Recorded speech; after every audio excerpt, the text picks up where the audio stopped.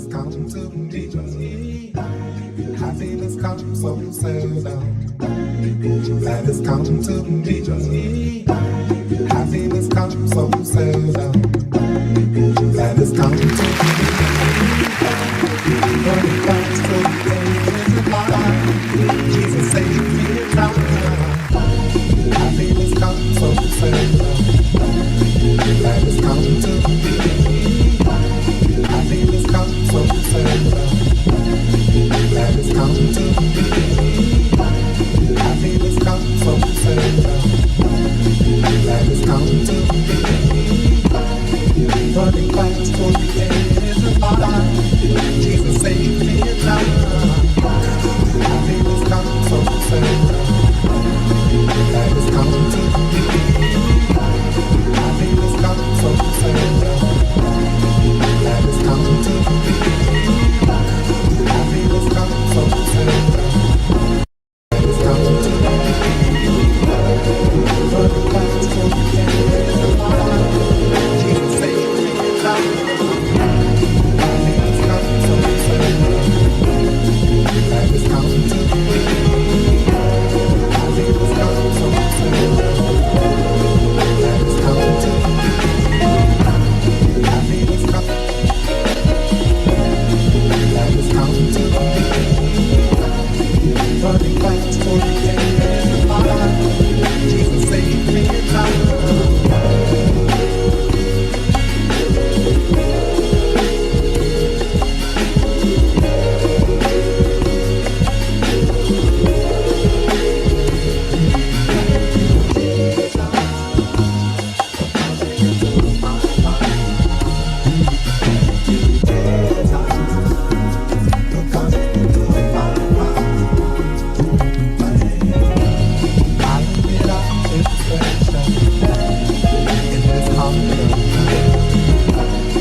Running fast for the end of my life. Jesus saved me in time. Happiness comes so seldom. That has come to me. It is here in the Father's kingdom. It was there for me. You took me in, and you washed away my sin. You washed away my sin.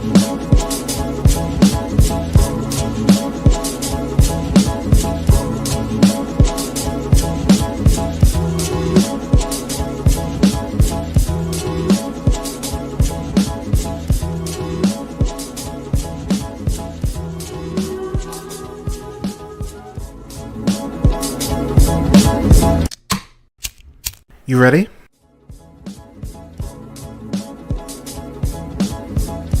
You're listening to the Real Pineapple Podcast Network.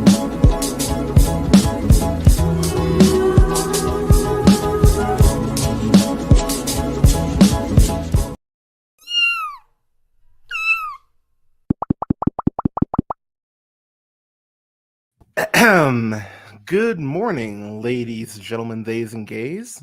This is the Real Pineapple. This is your humble host, Toner, here. I am always so happy to have special guest friend. I can say that friend.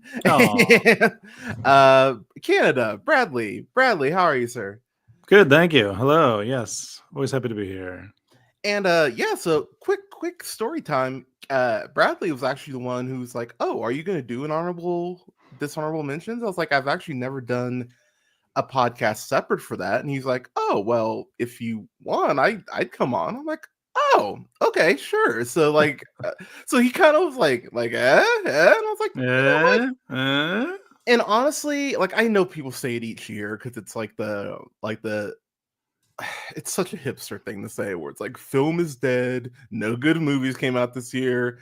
Like it, we hear this shit every year, and I don't know, y'all. I love this year. I love this year for film. Now, before I continue on that path, I have to immediately contradict myself, because we have to talk about the Oscar nominations first, because boy howdy, there was some.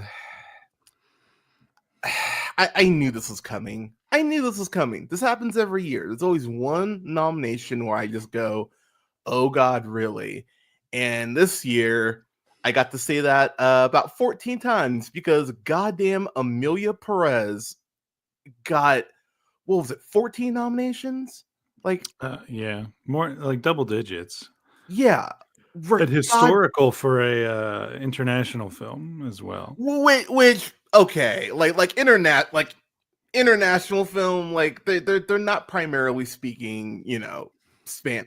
Wait, y'all, like just do a little bit of research on this movie, like in terms of how like the director was even like, we don't need to hire like Mexican actors. Like they didn't even shoot this in goddamn Mexico. Like Well, when people, even David Ayer is like, I don't think Mexicans talk like that. You know, your dude, film's right? Like, what are we fucking doing? Like, I don't like people celebrating this. I'm like, people, what? Like, you know what's so sad is, do you remember a couple years ago when Roma came out? And I yeah, remember I remember I remember that. people were like, "Oh man, I don't want to read subtitles." I was like, "You fucking assholes!" It's like, really, that's too much for you.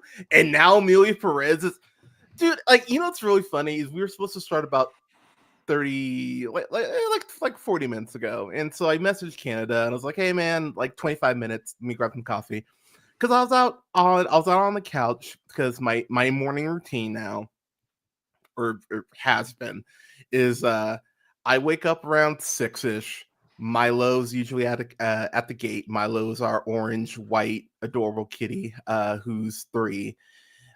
We keep him separate from his brother, Samuel L. Katzen, who was wandering around here in the office. But wake up, feed him at 6, open up the blind so you can see outside. And so I sat on the couch with him, passed out for a little bit, as I knew I was going to, because he jumped up my lap and it's game over. But like as I was sitting there like reading through like the Oscar nominations, I just I was just kind of flabbergasted, because rightfully so, there was a ton of backlash about this movie after the Golden Globes, and like you know what, fuck it, I don't care, it's me. I'm lucky enough to get screener stuff sent to me. I've talked about this. I'm very blessed. I'm very excited. Like I'm very happy when I get shit. I'm like, oh my god, cool. I got this box from Amelia Perez maybe 2 months ago, and it has just been sitting in my office. And I was like, I'll get to it once I really hit, screener season mode, which was earlier this year because, not working currently. So I finally opened up the box like 3 weeks ago, and I had like the score, the script, like a t-shirt. And I was like, cool, I don't want any of this now after watching the movie. So I was just like, what fuck, what are we doing? Like, I wish I would have gotten a box for Woman of the Hour.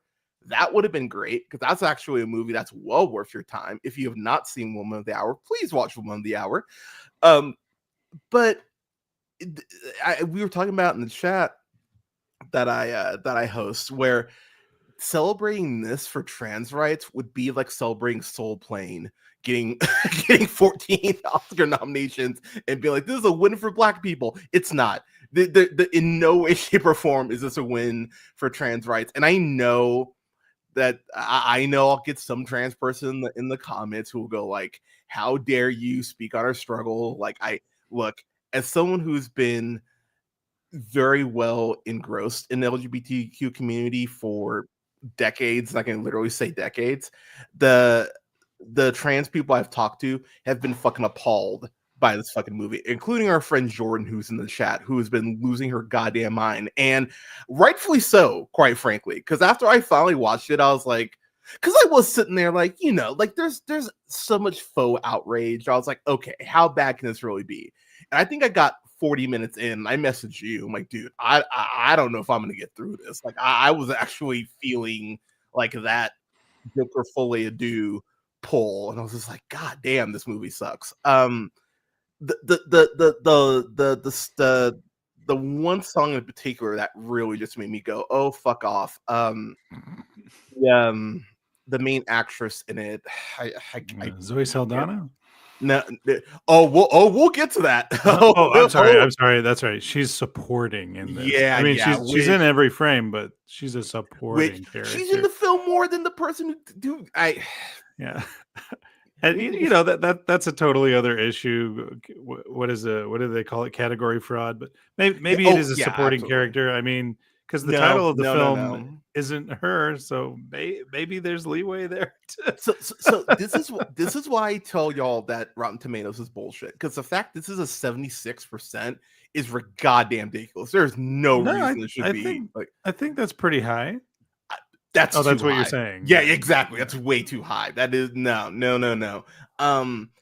And I also Carla Sofia Gascon, who is the trans actress, she did get nominated. So first time a trans actress has been nominated for Academy Award. I know some people will celebrate that. If you want to celebrate that concept, fair enough. I'm not going to judge you on that shit.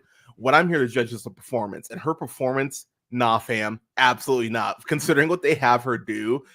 So to date myself a bit, you remember the Splinter Cell games, right?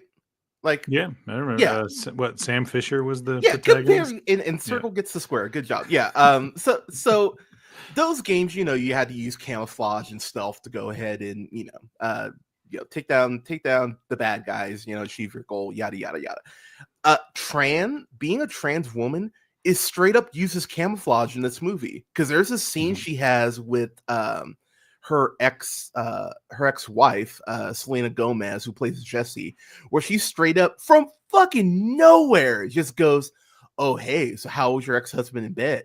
Like, did you ever cheat on him? Like, what was it like if you did cheat on him?" And I'm just sitting here going, how the fuck does this movie think this is okay? And the movie treats it like it's nothing. And that's just one example where I went, fuck you. I just went, fuck this. Like, this is madness. And people, like, some of the reviews, I said that it was a celebration. I actually read a review that said it was a celebration of Latino culture. Dude, if I was sitting in the chair, I would have tipped it over. I was like, holy fuck. like what are we saying? Like, I know people go after Green Book, I understand it. Like, the admittedly the let me teach a black guy to eat fried chicken scene, not great. I will fully acknowledge that. Here's the difference, though. You have Viggo Mortensen in that, and say what you will, there is great chemistry between him and Mahershala Ali. And Mahershala Ali is god tier in that movie. You can criticize that film all you want, completely fair. He's incredible in that movie. He deserved that fucking Oscar. Zoe Saldana being up for, so yeah, let me get back to the nominations here. So, okay, Best Picture. So I have seen all of the Best Picture nominees, with the exception of that's impressive. Sir. With the exception of I'm Still Here, which I think I'm getting I think I'll be watching here. I think I'm getting a screener for that. So I'm Still Here is the only and A Complete Unknown. I have not seen that one. But that's not on digital yet. What do you want from me? Timothée Chalamet being Bob Dylan? Yeah, I'll be real, man. Like, Bob Dylan's always one of those artists where I'm like, what a great songwriter, what a shit singer. Like it's folksy. He doesn't have to sound great. Anybody can. This is my impression of Bob Dylan singing. Hang on. Oh no. Tangled Up in Blue. That's basically how I think Bob. I think he's mush mouth when he sings. I think he's a horrendous singer in terms of pronunciating. Like great songwriter, man. But he's such a good songwriter that people are surprised to find out he's still alive at all. And that's yeah, he is still alive. Yeah, that's kind of a compliment to someone's career when they're like, and he'll be remembered. It's like, he ain't dead. We do that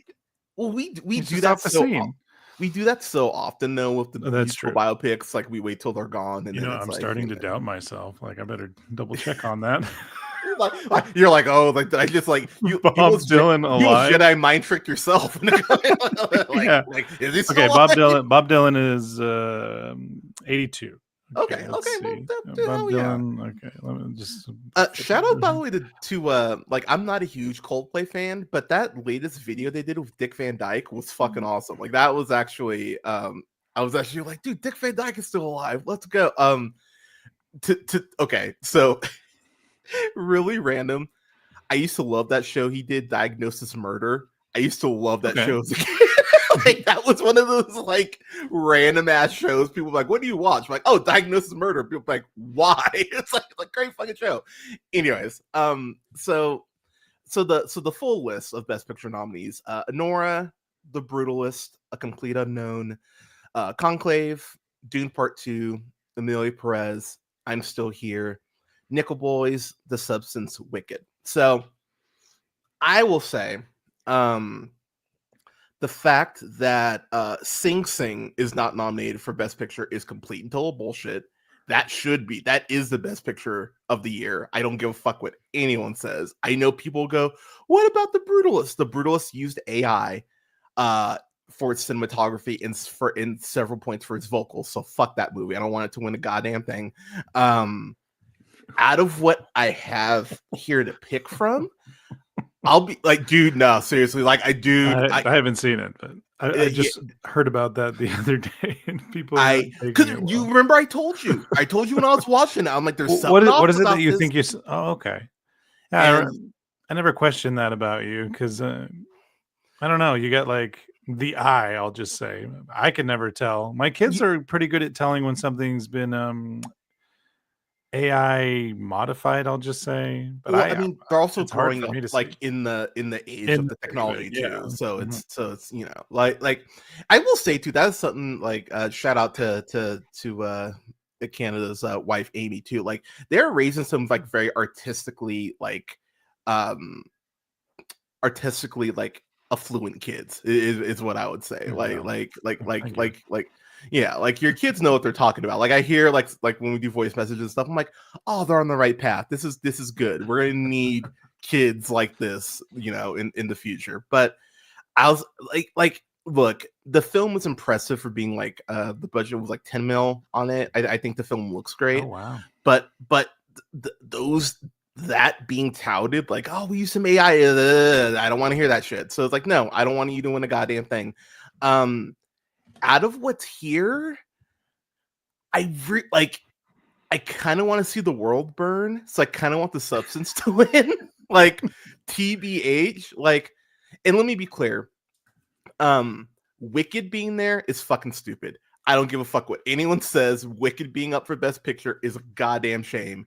Is it because the part one, or is it more than that? Ding ding ding! Exactly. Yeah. It is part one. I am not like no. Like I don't get incomplete films are always kind of you don't get a grade for turning in half your fucking thesis. Okay, you should be getting Oscar nominations for half a fucking film. Sorry, and for those of you who want to come at me, because I know this is always like what people come back to.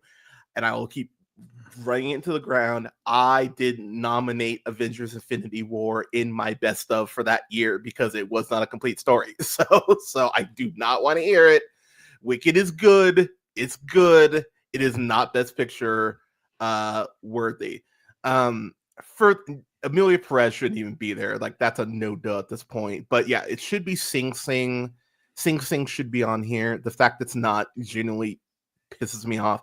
But for what's here, I hope it's Dune.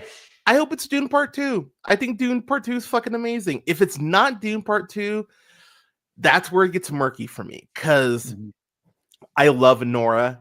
I'd be happy if Nora won. Nickel Boys just came out like in more theaters last week. If y'all have not seen Nickel Boys, please go see Nickel Boys. But yeah, pretty much as long as Wicked, Amelia Perez, and The Brutalist, if neither of those win, I'd be pleased as punch. Like pretty much anything else can win. I don't want either of those three to win. I think it's absolute crap. Performance from a leading actor, Timothy Chalamet for Complete Unknown, Coleman Domingo for Sing Sing, Ralph Fiennes for Conclave, Sebastian Stan really for The Apprentice, not for A Complete Unknown. I didn't see for this one a earlier. Different Man. Yeah. Oh God. I think A Different Man is the nomination, but I think they went with if you look at these nominees, I think the reason why they went with The Apprentice over his other film is because these all fit into the whole it's like a biopic category, you know? I hate and the that Academy decision. loves that. I hate that decision. No, that is a horrific. Academy, what the fuck are you guys doing? God damn. Like so no. So what's funny about it? Nobody wants to watch this movie. No, I didn't watch it. Like, like the people who hate Donald Trump, the people who love Donald Trump. It's like the only thing they can agree on. Like, I don't want to watch a movie about Donald Trump. You know? And Trump is saying that BLM and pride flags will no longer be allowed to be flown in government buildings. So fuck you for that, by the way, asshole. It should be Coleman Domingo. It should be Coleman Domingo. Like not even a question. It should be Coleman Domingo. Yeah, I agree with that. Coleman Domingo has been my favorite performance 2 years in a row. Rustin on Netflix. If you haven't seen that, amazing. I watched that late. I watched that late after I'd done the list, and that it might have finagled its way on there, but it's Coleman Domingo with a bullet. It should be him. If it's not him, I'm gonna be real, y'all. Like The Brutalist is kind of that worst type of Oscar film for me, where it's like it needs to be 3.5 hours. It needs to be epic in order for you. Like, we are the Academy. If your film is under 3 hours, then fuck you. Like, and like I just like, and I'm so like I'm over that shit, man. Like I really felt like I was getting gaslighted last year by everyone who loved Killers of the Flower Moon and Oppenheimer being like, well, Hunter, why isn't this your number one? I'm like, I shouldn't have to watch a film for 3 fucking hours to go ahead and get the point. And I think The Substance is actually too long too, but at the same time, I think The Substance is at least true to itself in its final third, which is something I can give it credit for. These other films, I just think they're dragging. So The Substance never stops escalating for anybody who wants to check it out. Exactly. Just so know that the gas is not even full metal yet when you're 30 minutes. That last 30 minutes, man. God damn. But again, as someone who's not a body horror guy, like The Fly is kind of my limit, honestly. Okay. And like the Alien films, like that's pretty much where I kind of cap. I'm at least happy I watched it because I at least can say I'm part of the discussion. I can actually give an informed opinion. If you like body, like it's like Cronenberg, if you're into Cronenberg, cool. But his shit's just not typically for me. But I know a lot of people say Adrian Brody. I don't want Adrian Brody to win. I don't want him to win again for Holocaust the remix. Like I don't want his ass to win. So I hope it's Coleman Domingo. I believe he deserves to win, but we'll see. And my 2 cents, I just think repeat winners is kind of dull. Yeah, I'm you kind of have to knock me like really blow me away. And I look, Brody is great in the film. I will not sit here and say that he's not. But man, I'm so mad. I'm so mad they gave it to they gave it to Stanford the Apprentice because he's so great, a different man. Like that bothers me so much. Like that's the he won the Gold Globe for that one. Why are you not like, oh, Academy? You're so fucking frustrating. All right, and his speech was so inspired too. The Golden Globes. Like he can't go up and be all like, treat everyone with respect, like I did in this. Oh, wait a second. Right, because like him and Demi Moore speeches like beautifully mirrored each other, and I was like, okay, cool. Like he'll get oh my god. Okay, moving on. Performance by actress in a leading role. Cynthia Erivo for Wicked, Carla Sofia Gascon for Millie Perez, Mikey Madsen for Nora, Demi Moore for The Substance, Fernanda Torres for I'm Still Here. Demi Moore. It should be Demi Moore. Look, this is where I'm torn. I like Nora more. I like Mikey Madsen's performance more. I do. I think she's incredible in Nora. I was so happy for Demi Moore to get a role like this and to be able to like what worries me about this is that they could Promising Young Woman this shit, where it's like this is a film with a great message that really everyone should see, and then they're gonna go, Well, but it's not going to win anything. Like I'm very worried that they could pull that shit with Demi Moore here. I'm really happy she got the nomination. I am worried that it could stop there.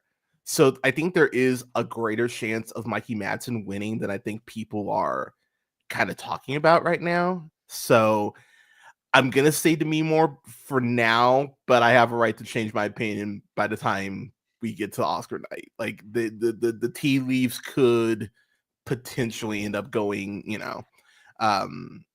with Mikey Madsen, but I'm hoping Demi Moore wins because I think she's amazing. And Demi, if you're ever on the West Coast, I'll treat you better than Ashton. I hold doors open, baby. It's just this year I'm just gonna shoot my shot more and more. Performance by a leading actress, Monica Barbara for A Complete Unknown, Ariana Grande for Wicked, Felicity Jones for The Brutalist, Isabella Rossellini for Conclave. She's amazing in that too. Conclave, she's great in Conclave. And then Zoe Saldana for Amelia Perez. I cannot express enough how much Zoe Saldana does not deserve her nomination, and how that should be Margaret Qualley for not for The Brutalist. Be a slightly different movie if Margaret Qualley was in The Brutalist. But it should be also a supporting role as well. But it should be Margaret Qualley for The Substance. The fact she's not nominated is complete and total shit. I fucking hate that. I am terrified that Zoe Saldana is going to win this Oscar. Like I'm really worried she's going to win. She should not win. I wanted to ask. So for a white person like myself, hearing she learned how to rap and she rapped her music. For me, I'm like, oh, okay. I don't know Spanish, and the only rap album I listened to last year was Kendrick Lamar dunking on Drake for 3 months. a great thing to listen to. But everyone I know, when I'm like, is her rap bad? There are people who I've asked that who've said, just a sec, I got Spotify, let me listen to it real quick, and they get back to me and they're like, that was horrendous. Yeah. Like is there something specific about why it's horrendous? I think there's no confidence in how she actually spits the flow. I think that's the big thing for me. I feel it feels like it was dubbed too. It feels like she's not doing it in the actual moment. Yeah, that too. Also, I'll be real, that whole song she has about like, oh, like I'm getting older, look at me, I'm getting fat, look at my fat ass. I was like, really? You're like, you have a fat ass? like you think you're like, it's like, girl, come on now. Maybe that was in the script before they cast, Yeah, you know what? You might be right. Like that might have been one of those things where, the paperclip from Word didn't catch it. And Zoe Saldana? Yeah, sure? like Clippy, you're asleep at the wheel. like it feels like that, man. It sounds more like a spoken narrative to me than singing as well. Exactly, but, and that's not how it should feel. It should never feel like you're like reading a phone book, and that's how it felt from. So that's really my issue with all the musical numbers now. Like I don't think there's any passion in those. Unironically, the kid, the one that maybe has the most passion is that kid, but he's also singing about how you smell like my papa, and that is just the most like god damn, that's a scene that I just was sitting there like my head tilted like one of those dogs where I'm just like, what am I watching here? Out of who should bizarre it's such a like. So outside of who should win, and I'll say this too, Ariana Grande being nominated, really, we're giving her nominate, like really, that's all right. I guess we're just, I don't get it, y'all. Like, I know you musical nerds love your Wicked, but man, some of the musical nerds are kind of bummed that she didn't hit the big emotional beats. But the way that Michael Che films. And I'm all for it. He has Cynthia kind of carry those moments, and I think it works. Yeah. While Ariana Grande just kind of reacts to Arrivo. I mean, her prim posture, poise, and I'm better than everyone. It's good. It's, it works.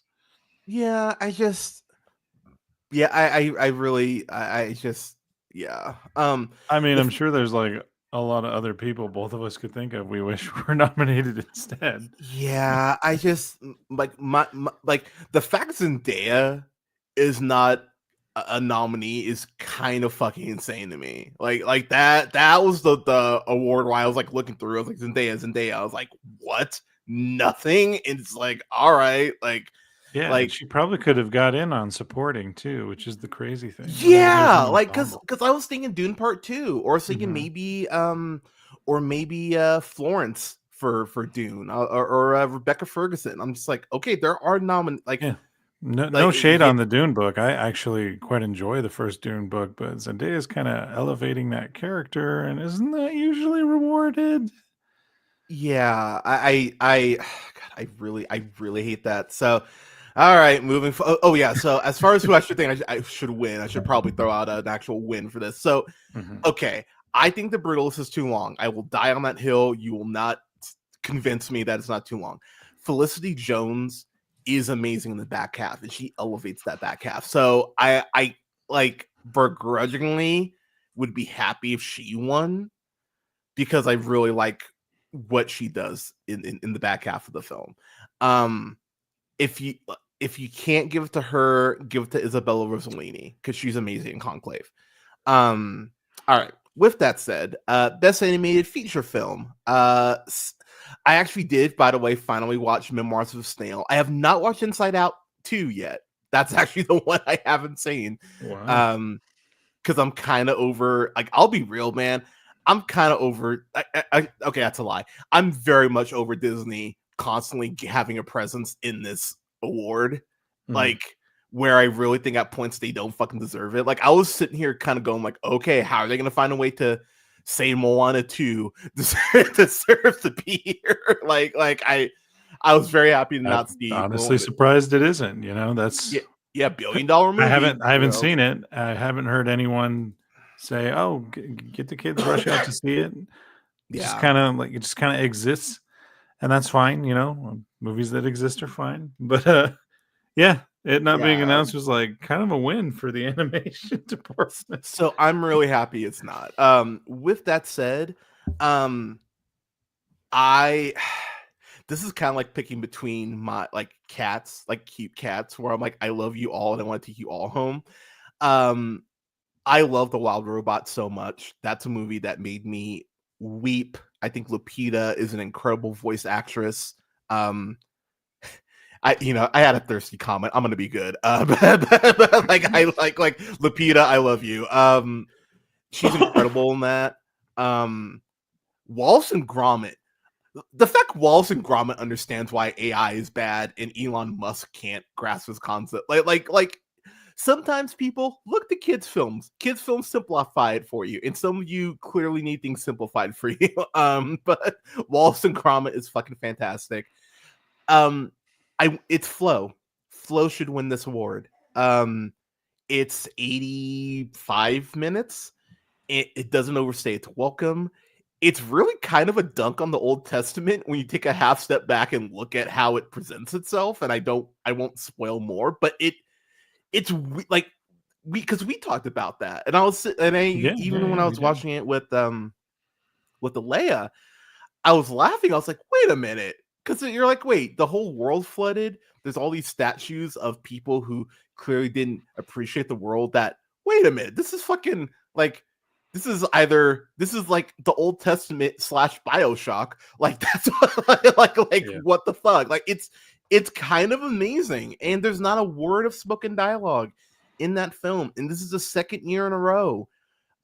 Shout out to Robot Dreams that came out last year, where it's another film that doesn't have any dialogue, that uses its incredible animation to tell a story. And people, this is something that should be commended and celebrated. Like, I know that people go like, well, what about Wall-E? It's like, yeah, but there is talking wall. There's not a goddamn word in this movie. It's incredible. So it should be Flow. If it's not Flow, it should be the Wild. So literally anything but Inside Out 2. If anything besides Inside Out 2 wins, I'll be happy. Because again, I don't want Disney getting more awards at this point for animation, because these other studios like Neon, like A24 are taking chances on their animation. And it feels like Disney's kind of in this like not quite neutral, but almost like they're kind of like warming the car up. So it's like, y'all need to be better. You used to be like the gold standard for animation. Be better. Step your game up. So I hope Flow wins. I think Flow winning would be an incredible achievement. So, and I think it's gonna win. So, yeah. So, gonna breeze through a couple more of these just before we get to our actual list. Achievement cinematography. Nosferatu should be Nosferatu. Not even a fucking question. Achievement costume design. Hey, there it is. I saw Nosferatu was getting a lot of noms that other award seasons have kind of passed. Yeah, so let me point that out so too. That's awesome. Why the fuck Lily Rose Depp isn't nominated is some bullshit. Would that be supporting or a lead? Because I think I consider that character a lead in the story that I know. Yeah. So that sorry, Cynthia. Actually, you know what? I would knock. I mean, I'll be real. I'd knock Carla or Cynthia off. Like, take your fucking pick. But yeah, Lily Rose Depp not being nominated is fucking ridiculous. Best documentary film. Really fucking mad that Will and Harper wasn't nominated. That's the film about Will Ferrell's friend coming out as a trans woman and them going like on a road trip together to really kind of go ahead and refamiliarize themselves with each other. Great fucking documentary. Should have got more love. Can't believe they didn't get nominated here. Pardon me. Yeah, oh yeah, and then for score, the fact that Challengers didn't get a nomination is goddamn ridiculous.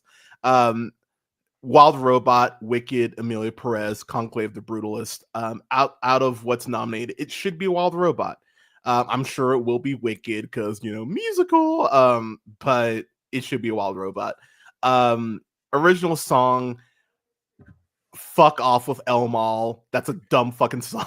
I don't give a like. It's a which one is that? That's the one.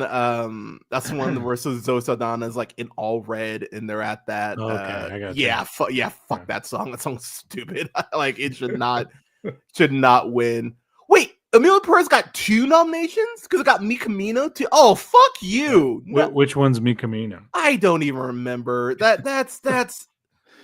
Hang on. What I find so fascinating about it is I, being a huge musical dork, same. I saw Amelia Perez when it came out on Netflix in September, maybe later, but I feel like it was a long time ago. Yeah. And my reaction to it is, oh my gosh, everybody has to see this. Tommy Wiseau, you can move on to the next life now because we have a new The Room. This is the schlockiest, most goofiest shit I have ever seen. And I love how dumb it is. And now fast forward to January, and I'm like, I guess people like it for real and not ironically. Because I'll be real, man. Like, we might as well be nominating telenovelas for fucking Emmys, like, by this logic. And let me be clear, and just to be a total dude, telenovelas, they're showing more skin. There's more sex in these. There's like none of that in here. Like, this isn't like a hot, sexy movie. It's like, it's interesting because interesting is the wrong word. I need to get that word out of my vocabulary. Selena Gomez like dry humps a bed because she misses her lover, her secret lover, and it's such a nothing plot. It is such a nothing silly plot. Because why do you have a secret lover? Your spouse is gone. What, dude? Why? Like, I was like, that was what I said. I was like, why are we? You know what's so frustrating, man? Then like, they meet and they have like zero chemistry. Is what I was going to end with. Her and her secret lover don't even look like they'd hold hands. He is like flaccid. He's like a flaccid dick of a person. He's like nothing. Yeah, like, it's weird. It's so weird. So Selena Gomez, like, I think she is so goddamn attractive. I think she is so, like, I watched this that Apple documentary she did about her mental health. I thought that was actually a beautiful documentary. It actually made me respect her a lot more. And like, I've watched a little bit of Only Murders, and I'm just like, she just seems like a charming person. I agree. And she's She's no longer looking like she was in Spring Breakers. All of you who thought she was hot, gross, by the way. But seeing her now, I'm like, damn. I'm like, okay, Selena. Okay. But it's like the movie doesn't even do anything with that. Like she's mostly covered up. Like she leaves this voice message where she's like, oh, I need to fuck you, and that's as close as we get. I'm like, if you're gonna go tell a novella, fucking go tell a novella. Like give me fucking shootouts. Let's shorten the dress a little bit. But it's like, no, you couldn't even do schlock right. It's like, god damn it, movie. Like, what's your point? Also, one of my biggest pet peeves, getting nominated twice, same film getting nominated twice in one category, that needs to be outlawed. I hate that shit. I've always hated that shit. It irritates the fuck out of me.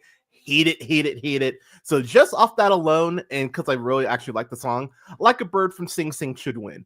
Great fucking song. Please check it out. God, oh yeah, all right, okay, we got two more and then we'll move on. Writing adapted screenplay. Oh my god, this is adapted. Amelia Perez oh Jesus Christ. So yeah, fuck you. Don't want that winning. Yeah, anything else besides Amelia Perez? A Complete Unknown, Conclave, Nickel Boys, Sing Sing. Hopefully Sing Sing. Because Sing Sing is great. Yeah, that one. Writing original screenplay, Honora, The Brutalist, A Real Pain, September 5th, The Substance. Wait a fucking minute. Wait.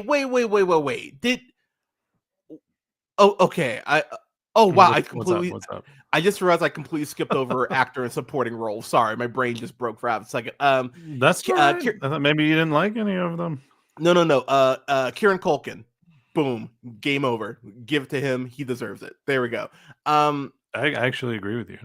Yeah, like Guy Pearce, and it sucks too because Guy Pearce is so great in The Brutalist, and just because the AI shit now, I have a hate boner for that movie. So no, I don't want you winning anything. Knowing that Jesse Eisenberg wrote A Real Pain, sat down and wrote it, I feel like if The Flash does have time traveling powers and existed, he should go back and be like, "Hey Zach, maybe let the actor playing Lex look at your script." Yeah, we let him add a couple notes there. Yeah, I'm like, maybe let an actual writer handle your shit. I'm not sure who writes. Was it Goyer? I don't know who writes. Maybe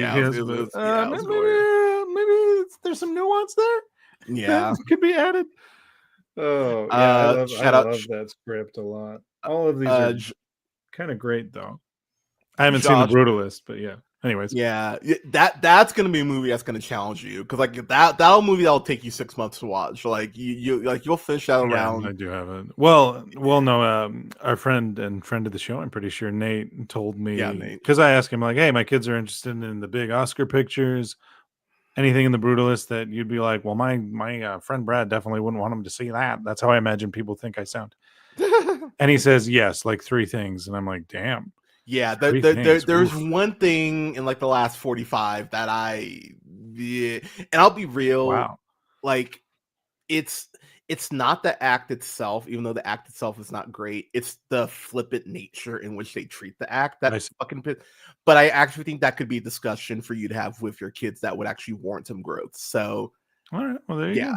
But Josh from the Afternoon Tune says, "Hey, it's Ebony and Ivory. You are completely right. I am totally okay with that nickname."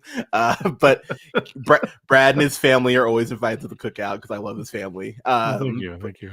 All right. So got through the Oscar shit. I will be doing an Oscar watch along. I will even go black tie for that shit. I will watch that in real time and react in real time. I don't know if I'll be doing it on the Afternoon Tune or if I'll just be doing it solo. Probably solo, but yes, I will be doing a watch along for that for those of you who care. All right, so now we can move on officially. I'm going to start off with dishonorable mentions.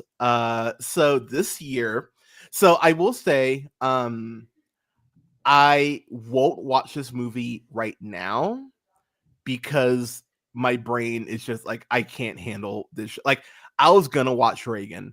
I made it a point. I was I'm gonna sit down and watch Reagan, and I watched the trailer and I just saw Jon Voight's creepy self in Diz Quaid's big fucking forehead. And I was just like, I'm not watching 2.5 hours. Like I can't, people. Just with all the shit I'm seeing from Trump daily, I can't justify watching Reagan, at least right now. I just can't. So when that shit hits streaming, I'll do a review of it, and I'll probably amend my worst of list accordingly, because I'm sure it'll be on there like once I see it. But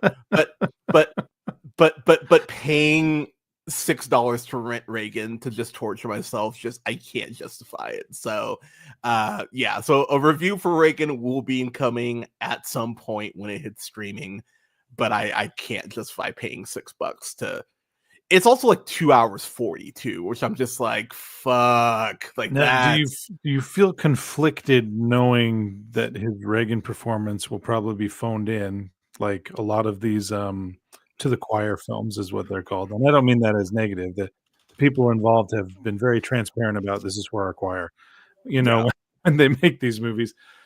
Do you feel like a conflict knowing that Dennis Quaid actually is incredibly talented and he's just kind of selling out? Because in The Substance, wow, like they told him to be a creepy weirdo and he nailed it, But also though, like, let's be real, man. Like his wife is like 32, so him hitting on someone half his age is not a stretch for him.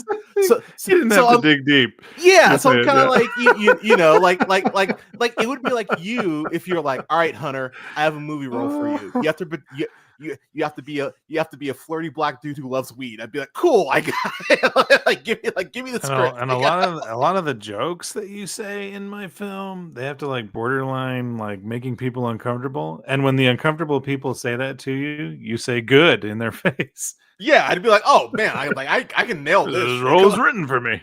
Right? Seriously. I'd be like, cool, let's go. Like, 2 takes, some tops, let's go. But I just can't. I can't. I get it.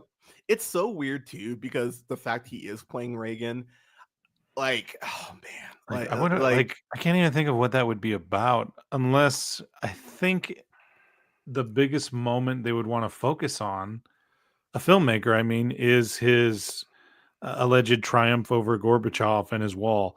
Yeah. But knowing the political climate now, I could see the Angel Studio people, not that they did this film, I'm not sure, but just that Christian film people being like, whoa, we can't have him talking down to the Russians. Right. Like, how things have changed. and loves white women. Don't forget that part. It's so funny. Josh gives me shit for always loving white women, and he's posting Rhea Ripley pictures every day. But yeah, sure, I'm the asshole. But all right, whatever. But yeah, man. So I can't with Reagan. But I don't have these in any particular. To watch that. Yeah, I don't have these in any particular order. So we'll just have a discussion with it. I know you don't do a worst of, but I know there was shit you hated. So, like, throw a movie out. What was something that? Yeah. I got a letterbox, so I pretty much read my 1-sentence reviews on my letterbox to the kids. This one's towards the bottom, and my kids are like, "Dad, that's really mean." So I'm gonna read it now because I'm kind of ashamed of it because I don't like being a mean person. I was like, "Really? It's fun." So this was the. This was The Watchers. If you've seen The Watchers and you don't hate it, that's great. I got completely immersed in what The Watchers is about because it's about a very specific thing that I won't spoil. And I feel that all of that was ridiculously mishandled. And Shyamalan, I heard this was not great. Here's my letterbox. Okay. The Watchers. Okay, let's see. Old man with his phone, everybody. I guess The Sixth Sense skips a generation. Wow. Yeah. That's biting. I like that. Jesus. So that's definitely a dishonorable mention for me. I mean, 32% of Rotten Tomatoes is not great. If the twist wasn't what it was, I probably wouldn't even hate it that much. But I got so immersed in the lore of what her take on this is. I think I was just too precious. Like, well, that's not how that is. This is stupid. Harumph, The fact that a lot of people hated it also kind of made me feel vindicated. But yeah, just very, very dull retelling of something I used to like think was very creepy and scary. So That's fair. I'll throw one out here. So what do you get when you take a Netflix movie with a Netflix action film, you put someone in the starring role who has no reason or right to be starring in an action film, you get Kevin Hart's Lift. I y'all, we need to stop with this shit. Kevin Hart is not an action star. We need to stop. We need to stop with this. I'm so over this dude. Like, I've been saying Kevin Hart sucks for years, by the way, and it feels like people are finally starting to catch up to my line of thinking. So I'm gonna read my letterbox to go ahead and mirror you. So per my letterbox review, Lift, as in what Kevin Hart needs in his shoes to buy me for me to buy him as a master thief. So that's the first. That's your first sentence. Lift, as in someone lifting this bullshit script off of some napkins thrown in a dumpster inside of a downtown Los Angeles Dairy Queen. Lift, as in fails to move forward in any way. Or lift, as in facelift, which is what this movie is in dire need of, from the script of the casting to the direction. You don't get to do 2 seasons of Die Hard and then go, now 3 seasons, because I saw there's a Die Hard 3, and then go, no, I actually want to be an action star. This is no longer parody. I want a hoverboard, my cats to talk, and reparations. Sadly, we don't always get what we want. That's my review for Lift. Yeah, Oh, actually, I have one more line here. And no matter how much money you have, how many people swear to me you're a great stand-up, there's one thing you'll never be, and that's a great actor. That's a little mean, but I stand by it. It's not good. It's not a good fucking movie. Like it's and we have to have. Did you also see Borderlands? Oh, we'll get there. Okay. We'll get there. I was gonna ask, is this worse on his career than Borderlands? But okay, we'll get there. Netflix is in this really weird, terrible space where they just keep doing these very mid action movies with giant ass budgets, and I don't get it. It's like, can you get someone to write a script for any of these? Like, could someone? Like, you're talking to someone who grew up in the TNT movies for guys who like movies era. I love a good dumb action flick, but these are just like, there's no effort or anything put in. Like, there's nothing discerning these within each other. Like, I was talking to one of my friends on Blue Sky about it. I was like, if you mix this and that Jennifer Lopez movie she did, Atlas, I would get them confused, because I was like, oh yeah, Atlas was this past year. Another movie that really should be on this list, by the way, because Atlas is not good at all. But like, Netflix, fuck it. And I'll be real with this whole, like, Netflix is going to raise their prices again. I think I'm going to cancel my Netflix until Stranger Things comes out, or until there's a new season of Arcane for Alea to watch. Because I'm like, what am I paying you guys for? You're not putting any effort in, clearly. And you have the balls to go, you can't share your password. Fuck you, Netflix. You fucking assholes. Like, upscale all your shit to 4K if you're gonna make me pay more. Like, don't give me this shit. So that's one, is Lift. I'll throw it back to you, sir. What else you got? So again, no shade on any of the actors in this next movie. I think drowning is a common phobia. Yes. But the act of being unable to breathe, I think all life understands is a terrifying thing. And for Night Swim to make that boring just has it on my terrible, terrible list. It's a pretty basic review I wrote. I was foolish to think a haunted swimming pool could entertain for 2 hours.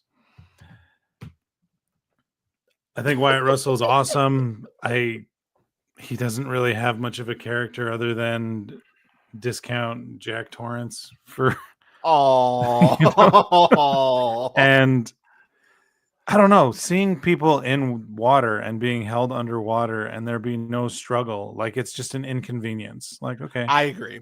I it's hate like that. that. That's a trope I despise. This is ripping the fear way out. Like drowning should be full of tension, Dude. and it's just dull. And yeah, incredibly long as well. The short film's good. You can catch that on YouTube. That I it's heard the based short film's on. really It's good. kind Yeah. of got a dark humor to it, even. But yeah, and I don't know. The pool is haunting me. Well, okay. I guess we should keep an eye on it. Like, all right, what do we do again? Shout out to Patrick Wilson in Insidious for being like the only scary movie dad to be like, well, let's just leave then. Yeah, so Like, I will it's the always only give movie- I will yeah. always give him that because that is like I was amazed when he was like, why don't we just leave? I was like, holy shit, a white person said it. I was like, Oh, that's why their marriage worked out. yeah, He I was like, listens. yeah, that shout out to Nick at the Afternoon Tune, who despite like he's been ranting about Night Swim like I've been ranting about like Unfrosted all year. Like that has been his like nemesis film. And I haven't watched Night Swim. I might watch it, but man, it's been kind of a sick joy listening to Nick just bitch about how much he hates Night Swim. Shout out to the Afternoon Tune, by the way. Their best and worst of is up on their channel now. Check it out. Oh, nice. Yeah. Okay, so I will throw it back. I actually forgot this movie came out last year. Like I actually had to double check. I was like, did it come out last year? I was like, oh my god, it did. A movie that doesn't take it nearly far enough, but a film that's just gross. Miller's Girl. Why does this exist? Like, why do I want to see Jenna Ortega kind of sort of seduce Bilbo? Like, is he Bilbo? He's Bilbo, right? Or is that yeah. He was Bilbo in The Hobbit. Yeah. Freeman, right? Yeah. Why? Like, why is this movie a thing? Like, I don't like these sort of movies always bug me because it's like you're very much playing around the idea of it. If you're gonna do this movie, fucking commit to it. Like, make me get uncomfortable. But it doesn't commit to it. It's just a very base level, like, like it's nothing. And then his wife, like Martin Freeman's wife. Oh my god, what a cunt! What an absolute cunt! She's so goddamn mean at every fucking turn. She's so goddamn cruel. Like he wrote a book, it didn't work out, and she is just busting his balls at every chance. Like, you're a failed writer. You're a failed writer. Did you know you're a failed? It's like, goddamn, bitch. Like this is how like it should. Like if the gender roles were reversed, it would be a snapped episode. It's just like it's like the woman held the pillow over her husband's mouth and just fucking suffocated him. And I would have been like, yeah, totally fair. How many times can you hear you're a failed writer until you just fucking snap? It's such a bad movie. So oh god, what's her name? There is the girl who plays her friend in the movie, Gideon Adlon, that's her name. She plays Winnie. She was in Blockers. A great movie, by the way, a great fucking comedy.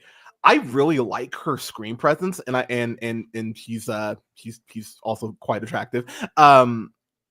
She's something. She's got kind of the one thing in the movie I was kind of interested in, and they even fuck up her character. So I was like, all right, what's the fucking point? Like, why am I here?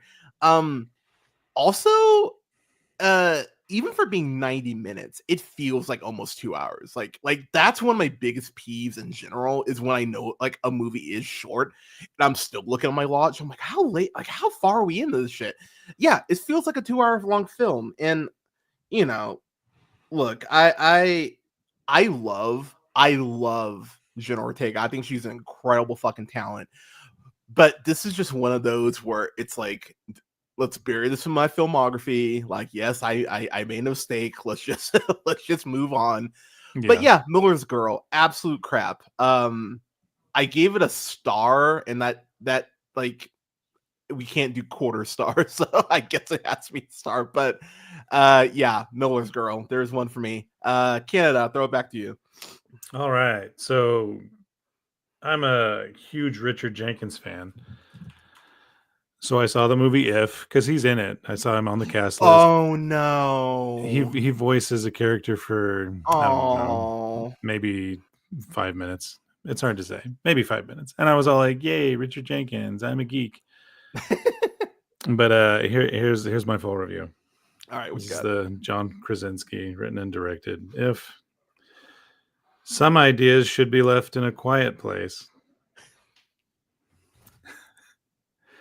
If is, you know what? If is bad because of imagination is so hard to do films about. It really is. Because imagination as a concept is anything, you know? Yeah. And every time Ryan Reynolds is attached to a movie where a theme is use your imagination, they're just terrible for some reason. Green Lantern looking at you. That's what Which you think would be the easiest one to do. And I grew up on classic Cartoon Networks, and I own them, and my kids have seen them, so we're watching as a family. And the character's all like, my name's Blue. Even though I'm purple, I'm still called Blue. And my kids right away are like, is this ripping off Foster's Home for Imaginary Children? Exactly. And I'm like, I don't think so. But so many phrases in the whole thing seem lifted from the script of Foster's Imaginary Home. Dude, that one's such a superior storytelling. You could throw this back to Nickelodeon, something like Kablam, even. Fucking Shock Zone. Like that's where my brain, like, because I was like, okay, like Shock Zone, Foster's Home for Imaginary Friends, fucking Bobby's World. If you wanted like a real throwback, you go all the way back to Bobby's. There you go. And that's exactly it. Because it's like, oh well, imagination lives here, and what do they do with their imagination? They have a dance party to Billboard's Top 100 currently. You know, like that's not a Bobby, like you said, Bobby, the lead in Chalk Zone, Foster's Home for Imaginary Children. They're having wacky, zany, like, oh that's cool, a giant ladder made of spaghetti, awesome. He just pulled that. Children are amazing. But this Let's Dance to a Song I heard, pretty weak on imagination there, Mr. Krasinski. But I didn't watch If, because I'll be real, like my official worst of has several kids films on it, and man, the kids like, oh, like there might be a movie involving a purple crayon that is very high on my worst of list, because man, that movie just the anger I have for that goddamn crayon. Like, I had someone ask me, because they were getting crayons for their kid, and they like, I know about that shit. They're like, oh, what crayon should I get? And my hand actually twitched when I saw the word crayon. I was like, it's like stop that. Like that's a great answer. That's a great answer. I will throw out another one here, since you brought it up. Anyway, Borderlands.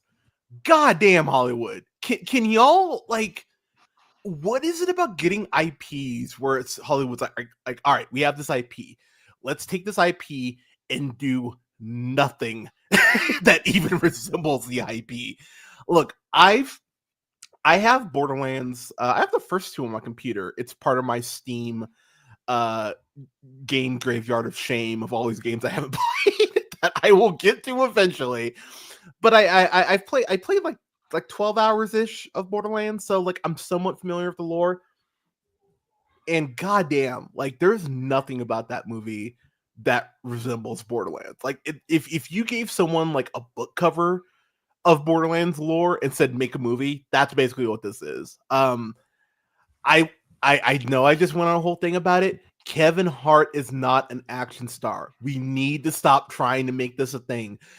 It's made even worse by the fact that I really believe that if you had someone who, gave a fuck and cared, you probably could have gotten Idris Elba for this shit and been like, hey, you're basically playing Bloodsport.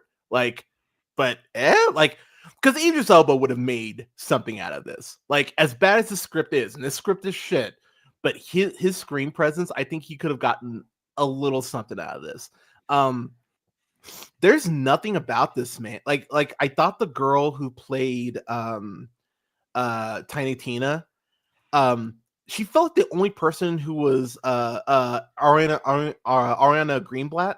Okay, yeah. She was in She was in Love and Monsters. Dylan O'Brien's Love and Monsters, and she's in Barbie. She's the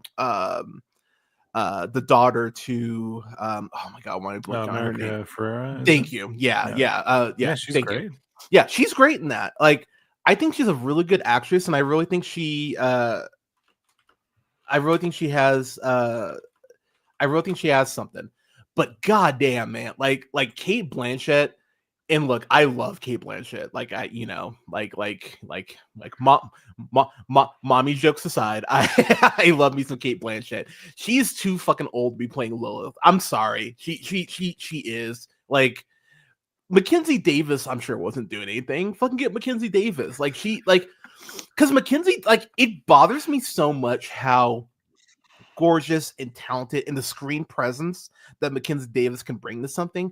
And the only action thing we've put her in is a fucking Terminator movie. Let's get her in a good action film, for fuck's sake. Like, she's so goddamn good.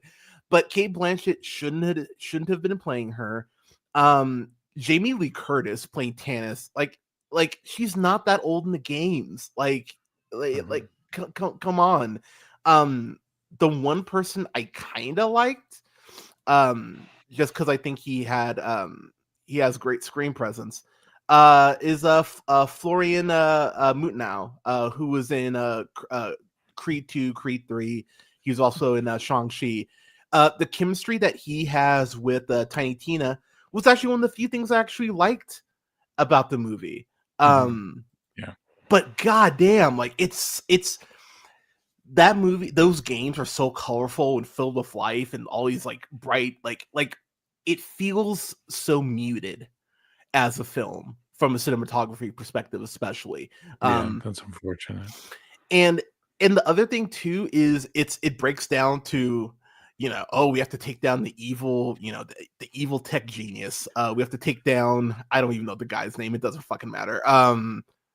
Yeah, it doesn't matter. Yeah, the villain who fucking cares. But I was trying to look it up, and I'm just like, yeah, I have no idea, man. yeah.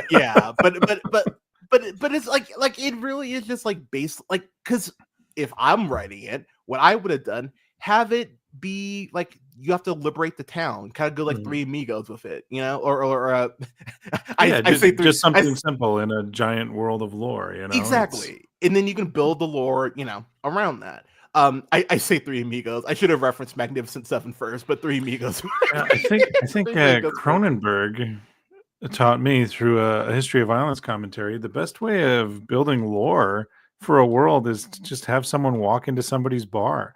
Apparently, Viggo Mortensen gathered all the personal knickknacks of his character to put around his own shop in A History of Violence. I'm like, oh, that's interesting. And every little thing in there meant something to Viggo Mortensen's character.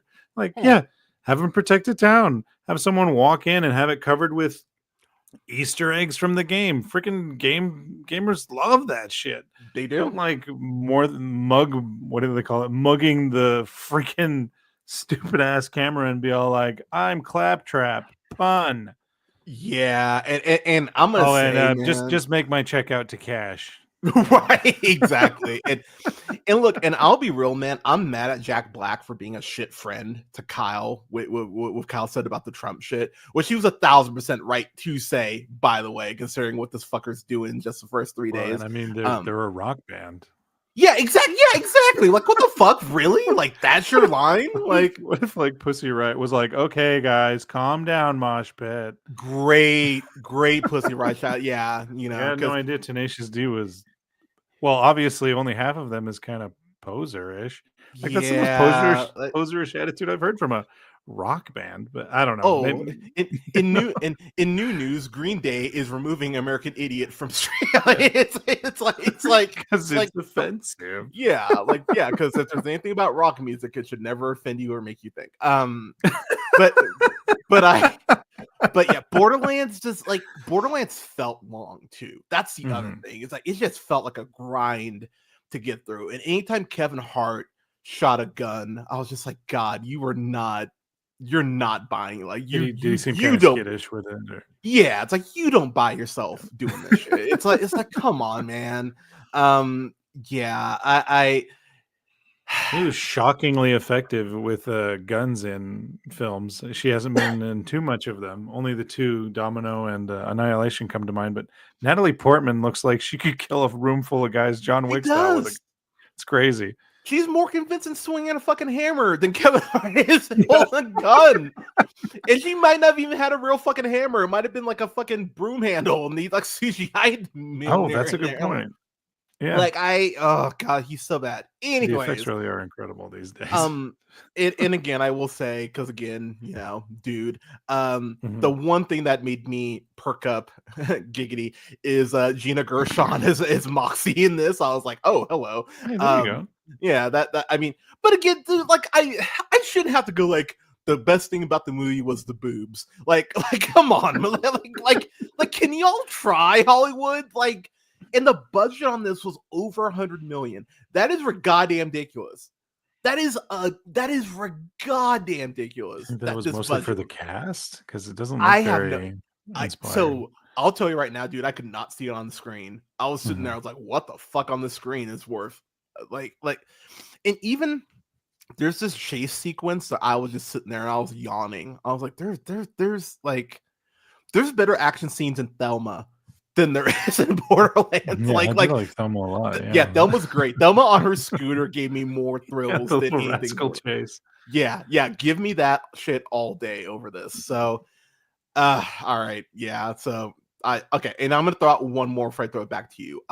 Because you reminded me of this movie. Okay. The Union, starring Mark Wahlberg and how.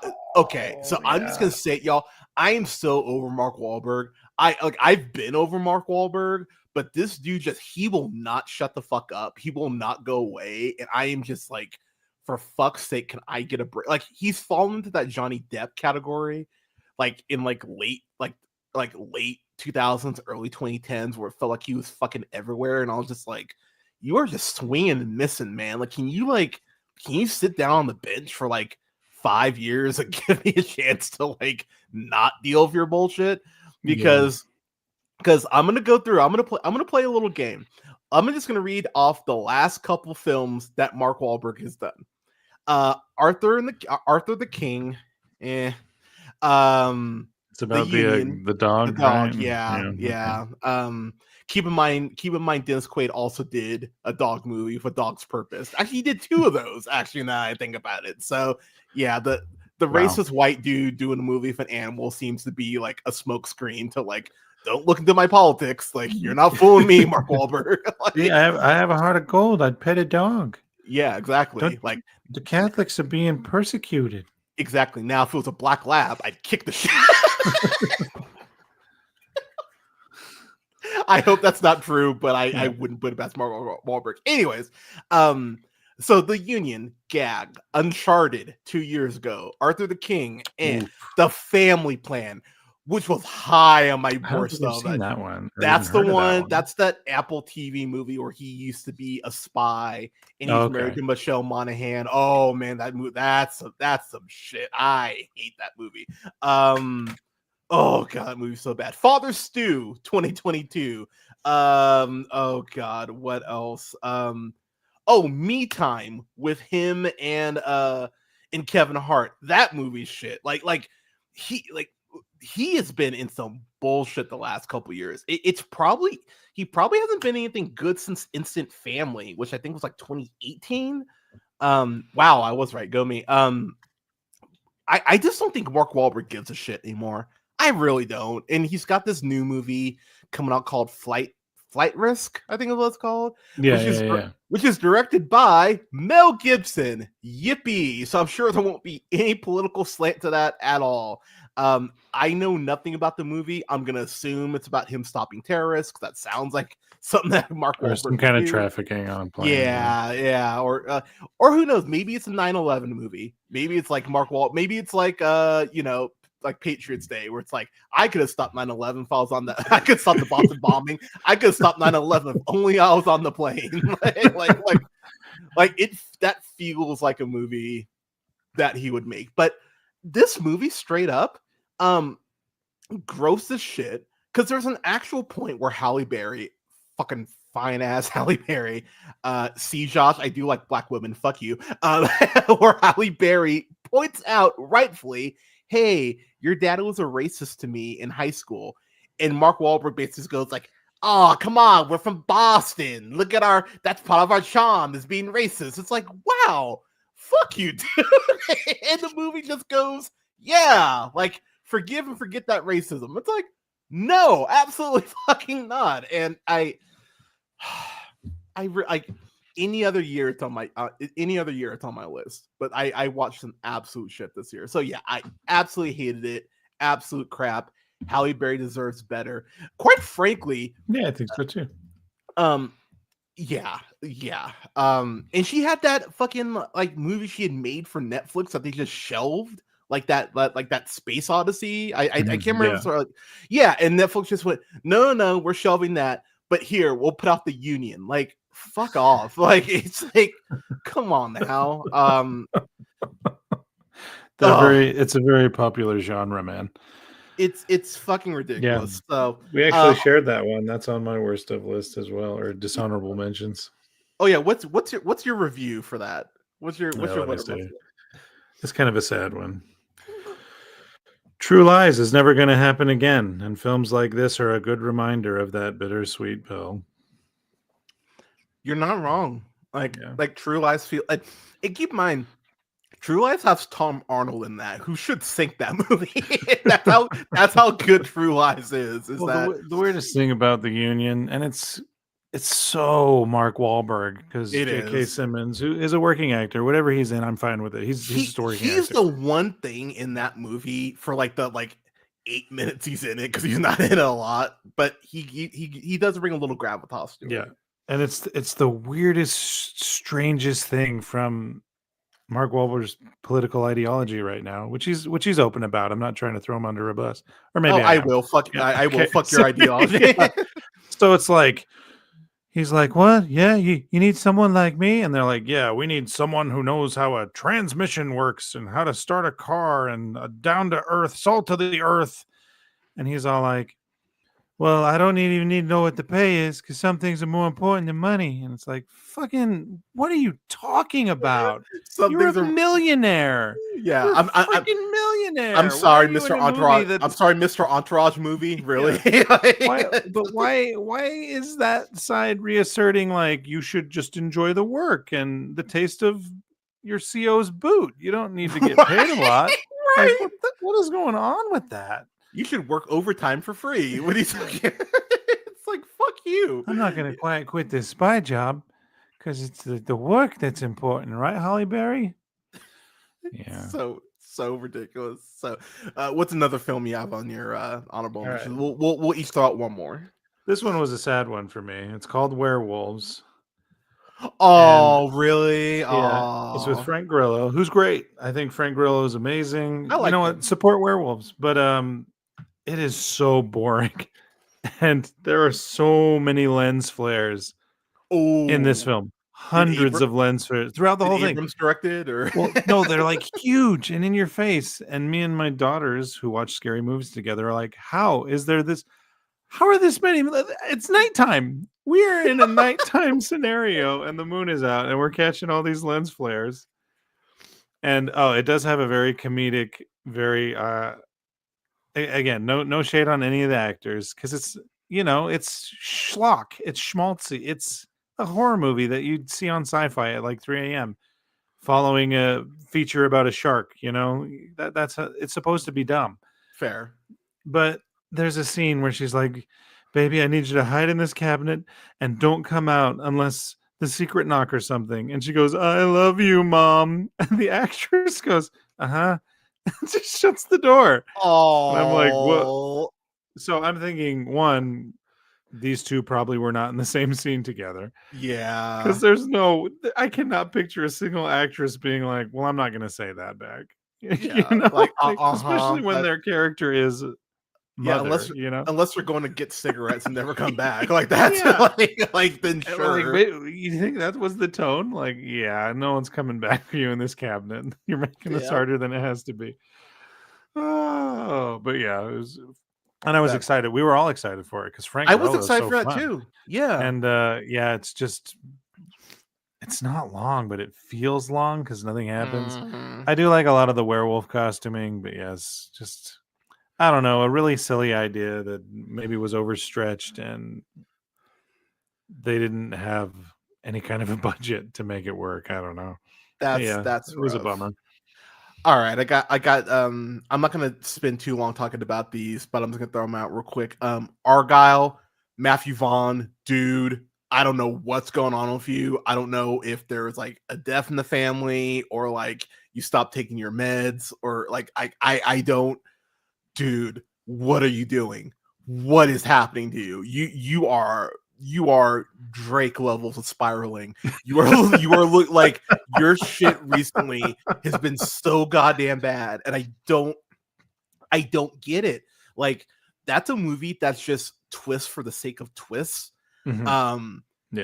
And then like I'm gonna be real, man. Like this is kind of like Robert Rodriguez with the Spy Kids films, where I'm like, can someone else take over the Kingsman IP? Someone who has ideas for it and like do something with it, because now at this point I don't think we're getting Kingsman 3. I think that shit is just never happening. It feels like that point is just like that ship is just fucking sailed. I love Bryce Dallas Howard so much. I love her so goddamn much. She has been so consistent for Star Wars shit. She deserves a Star Wars film. Lucasfilm, Kathleen Kennedy, are you hearing me? She deserves a Star Wars film. Like, don't give the shit to Patty Jenkins. Let Bryce Dallas Howard, the one who's directing probably the best episodes of that universe outside of Favreau. I'm pretty sure that just to interject on what you're saying and support Skeleton Crew, she directed an episode, and I'm pretty sure it's the highest rated of the season as well. Once again, yeah, she gets Star Wars. Let her do it. But Argyle is fucking terrible, and Argyle is so bad it makes Henry Cavill unattractive because that shit haircut they gave him. Oh my god, what were they like? What were y'all thinking? That's it's so bad. Absolutely terrible film. Speaking of directors who are just fucking swinging and missing, Paul Feig, Jackpot. Holy fuck, what was that? I don't know what that is. Oh, so that's the one with Aquafina and John Cena where... Oh, yes, I do. Yes, I do. Yeah, sorry, that one. Yeah, that shit. Like, makes Ninja Turtle references the whole movie. Like that's the one where it's like, oh, if you kill someone, you get the lottery. And like it's a worse version, ironically enough, basically of what The Lonely Island put out, because The Lonely Island is more creative and inept than Paul Feig is. That film Self-Reliance that came out last year with Jake Johnson and Anna Kendrick. It's basically that movie, but it's longer and more drawn out. Watch Self-Reliance. That's on Hulu, and that's actually a much better film. Man, like John Cena, I'm a fan. Not a fan of how he talks about Vince McMahon, but I'm a fan of John Cena. John, dude, like, come on, man, like, lock that shit it's like down. that quote from Parasite, which I'm going to butcher. For some reason, money irons out people's reality. Like, oh no, rain! This rain, it ruined our birthday party we planned, and then also people are drowning and becoming homeless. John Cena is the guy that sees all these. Are they even accusations anymore, or have they started proving stuff? I don't know. Well, he sees them. He's in this. He sees them. He's in this La La Land financial status, I'll say. So he's all like, "Oh no, my friend's inconvenienced," instead of focusing on the wrinkles. The wrinkles of what actually the problem is, and that's me apologizing to your audience, giving John Cena perhaps way too much the benefit of the doubt, but I think that's why that's how I've made terms with it. Because how is the biggest, most generous Make-A-Wish Foundation guy of all time have this take about Vince McMahon as well? These two things do not make sense. So we live in a crazy world and people are layered, and I'm done ranting. Fair enough. And then the last one I will throw out is I'm very happy the sequel to this got canceled. And So look, I've stood on business on this. I stand by the fact that I love the sequel got canceled. Oh no, what's gonna happen? I love the trilogy of films that he directed. I think Spider-Man No Way Home is the best live action Spider-Man film. I will stand on that. Wolves is one of the worst things I've watched in the last couple years. I fucking hate this movie. George Clooney and Brad Pitt being like, we're white, we're rich, let's go ahead and take some of that Ocean's chemistry that we supposedly have, but let's pour a gallon of water in it so we distill the shit so there's no chemistry between us. Holy fuck, this movie is bad. Wow. John Watts directed and wrote it. There's not a piece of dialogue that I liked. There's not an action scene that I cared about. There's nothing about this movie that remotely had me interested or intrigued for its near is this a 2 hour and 48. Yeah, it felt like 2:15, and I don't know what the fuck it is with Apple, but they're so goddamn bad with action shit.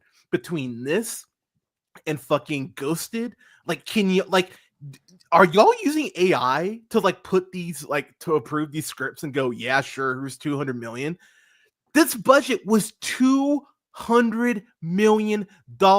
Suck my balls. Are you kidding me?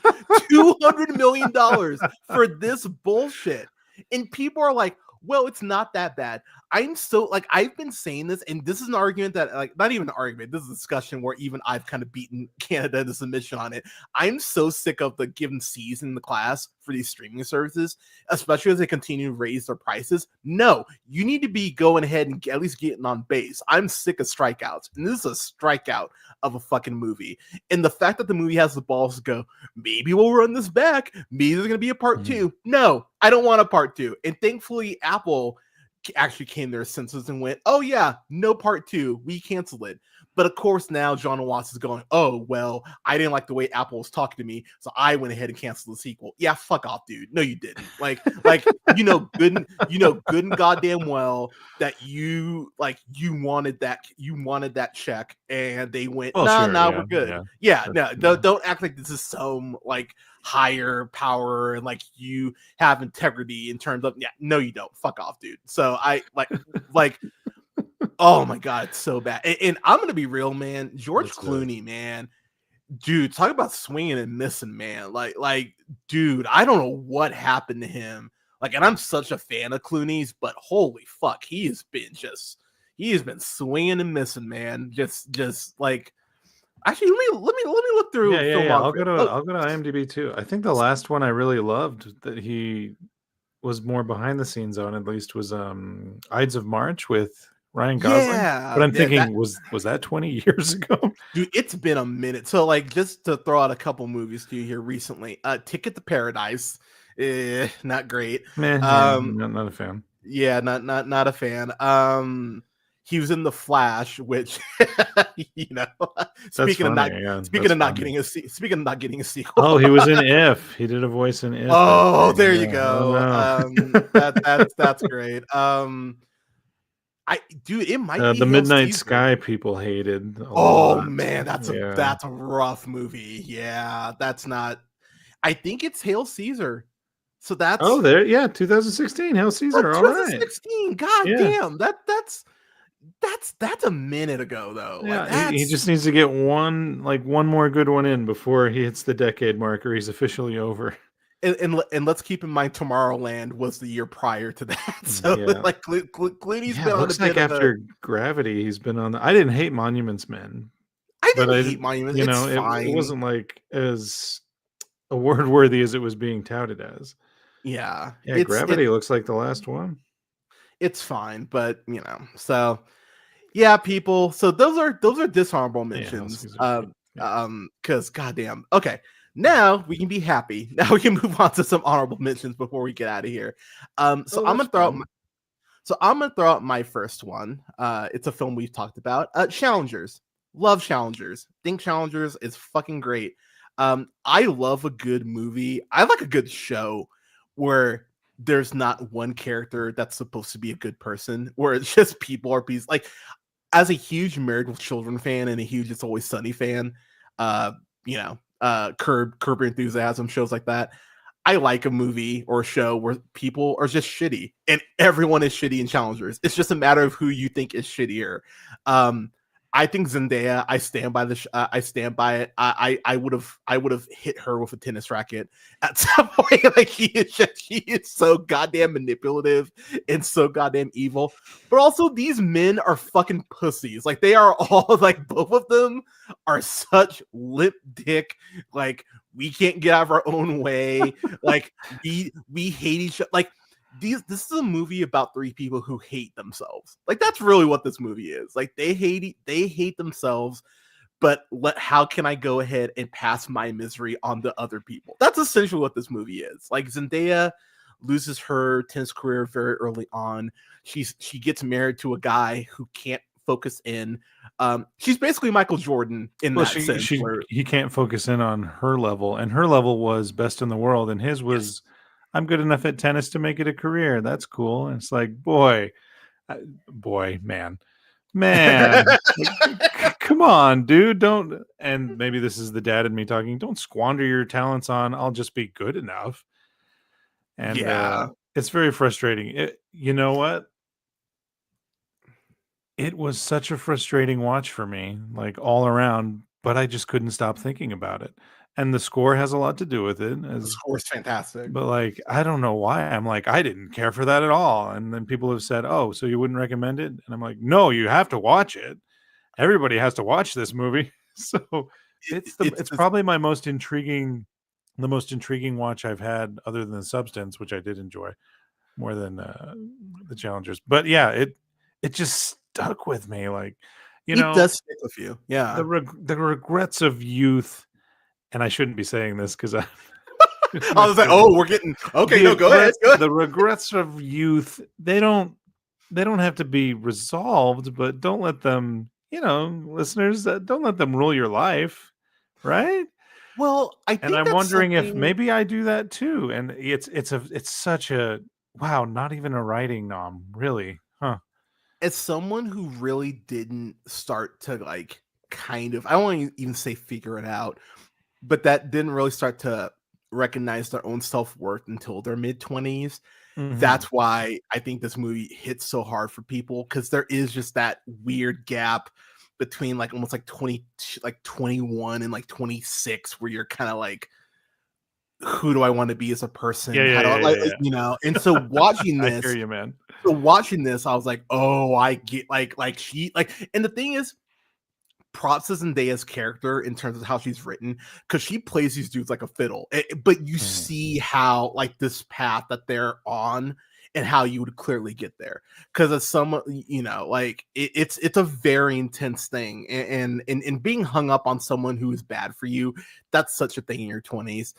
That's such a thing in your 20s. So so them continuously being infatuated with her, and I read some reviews, people going like, oh, I can't buy that they would be. And I was like, oh, you clearly haven't been in a toxic relationship, because this is exactly how the shit breaks down. The tennis scenes are filmed brilliantly. I love the way the tennis actually like looks, and there's an actual like artistry to it. As someone who actually likes watching tennis, like I actually actually like, oh, see, this is why I can't quit you, babe. But I'm a spectator, man. I love to spectate, dude. I get it. I love the tennis sequences, so absolutely loved it. I'll let you throw out a honorable. Go ahead. Oh, let's take a look here on my letterbox. It tracks everything for me as I watch it. Honorable mention that I don't think is getting a lot of buzz. I mean, the actress is Rachel Sennett, and I Used to Be Funny. I did not see that, and I need to. It's a very hard watch. Okay. And my review is very basic. Rachel Sennett, Win Streak continues.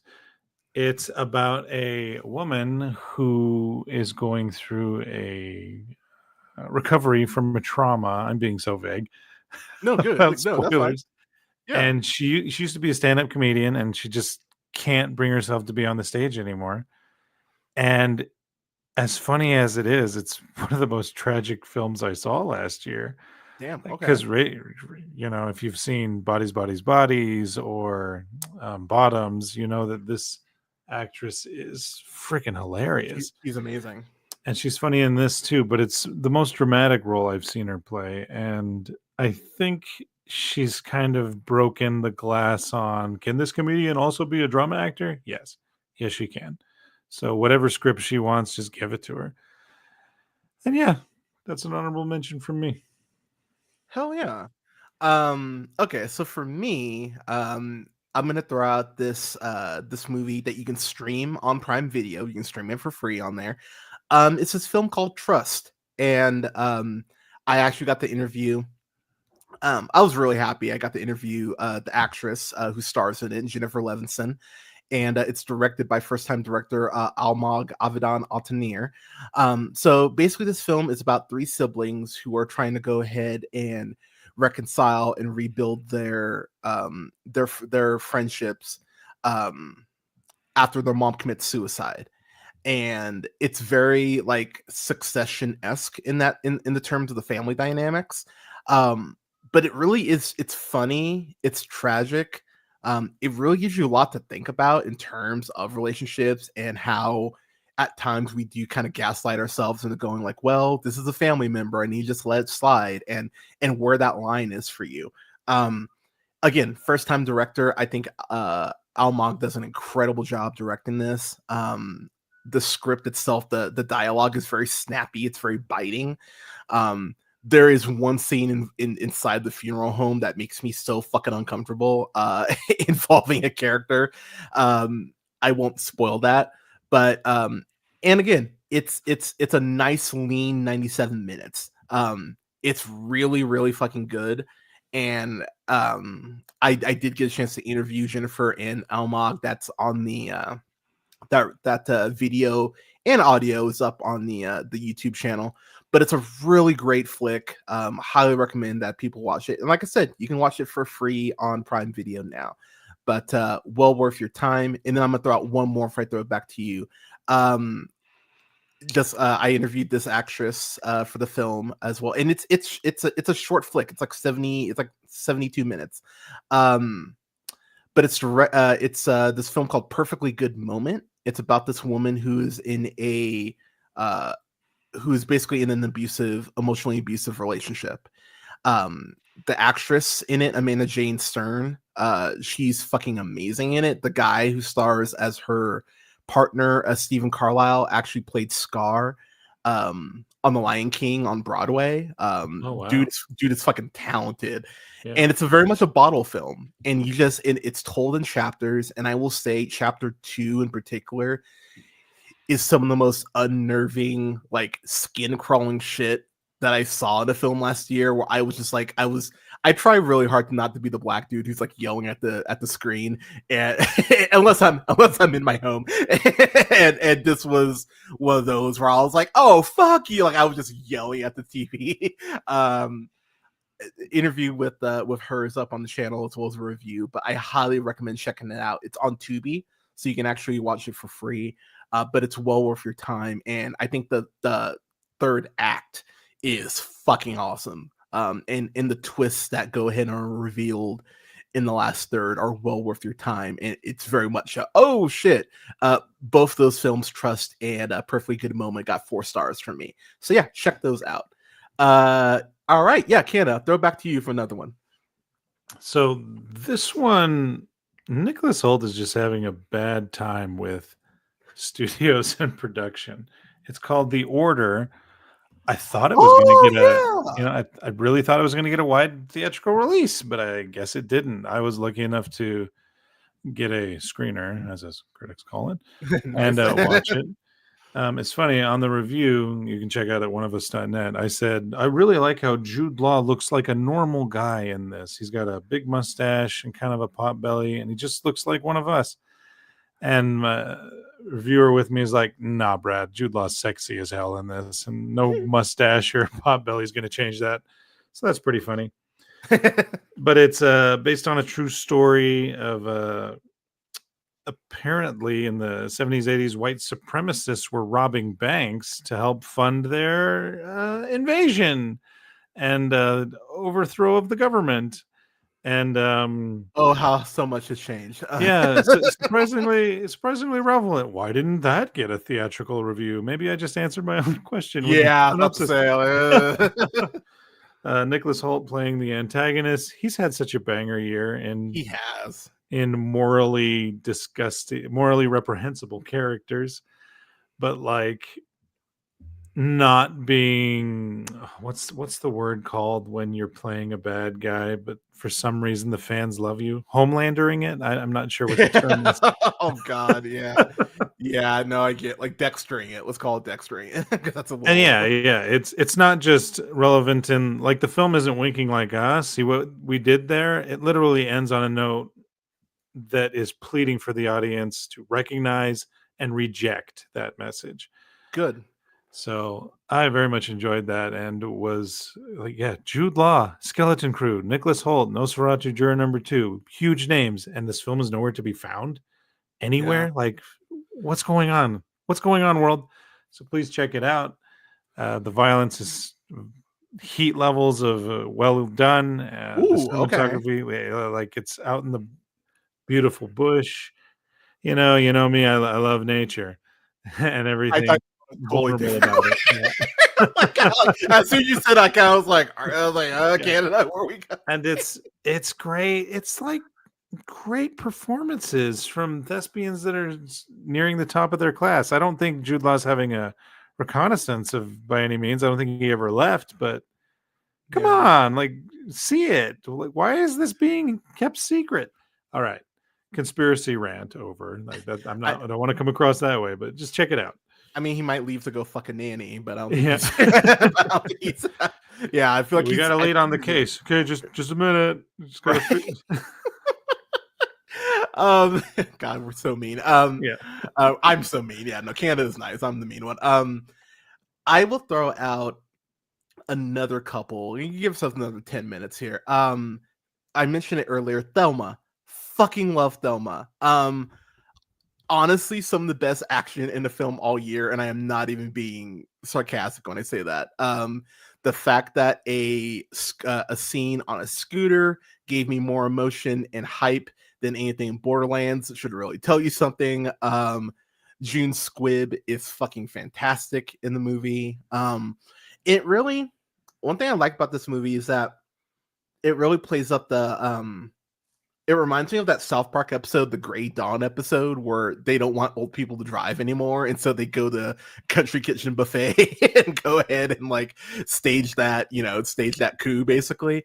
It really is talking about ageism and how we are condescending to. I mean, because obviously, like if you're in your 80s, 90s, what have you, you start to you lose things here and there, but the concept that old people are just like useless is something that this movie really hammers against. And I love that. And I love the message of that, you need to be grateful for the older people in your life and appreciate them while they're still here. But furthermore, they're also adults. Don't fucking baby them. Like I really like the way the film presents that. I'm really, really happy that Richard Roundtree, may he rest in peace, is that this was his last film. Because the chemistry between him and Squibb is fucking amazing in here. There's a moment where Squibb falls, and I just started weeping. Like I could not stop crying. I was like, holy shit. And the way that they film it, small spoiler, but he helped her up.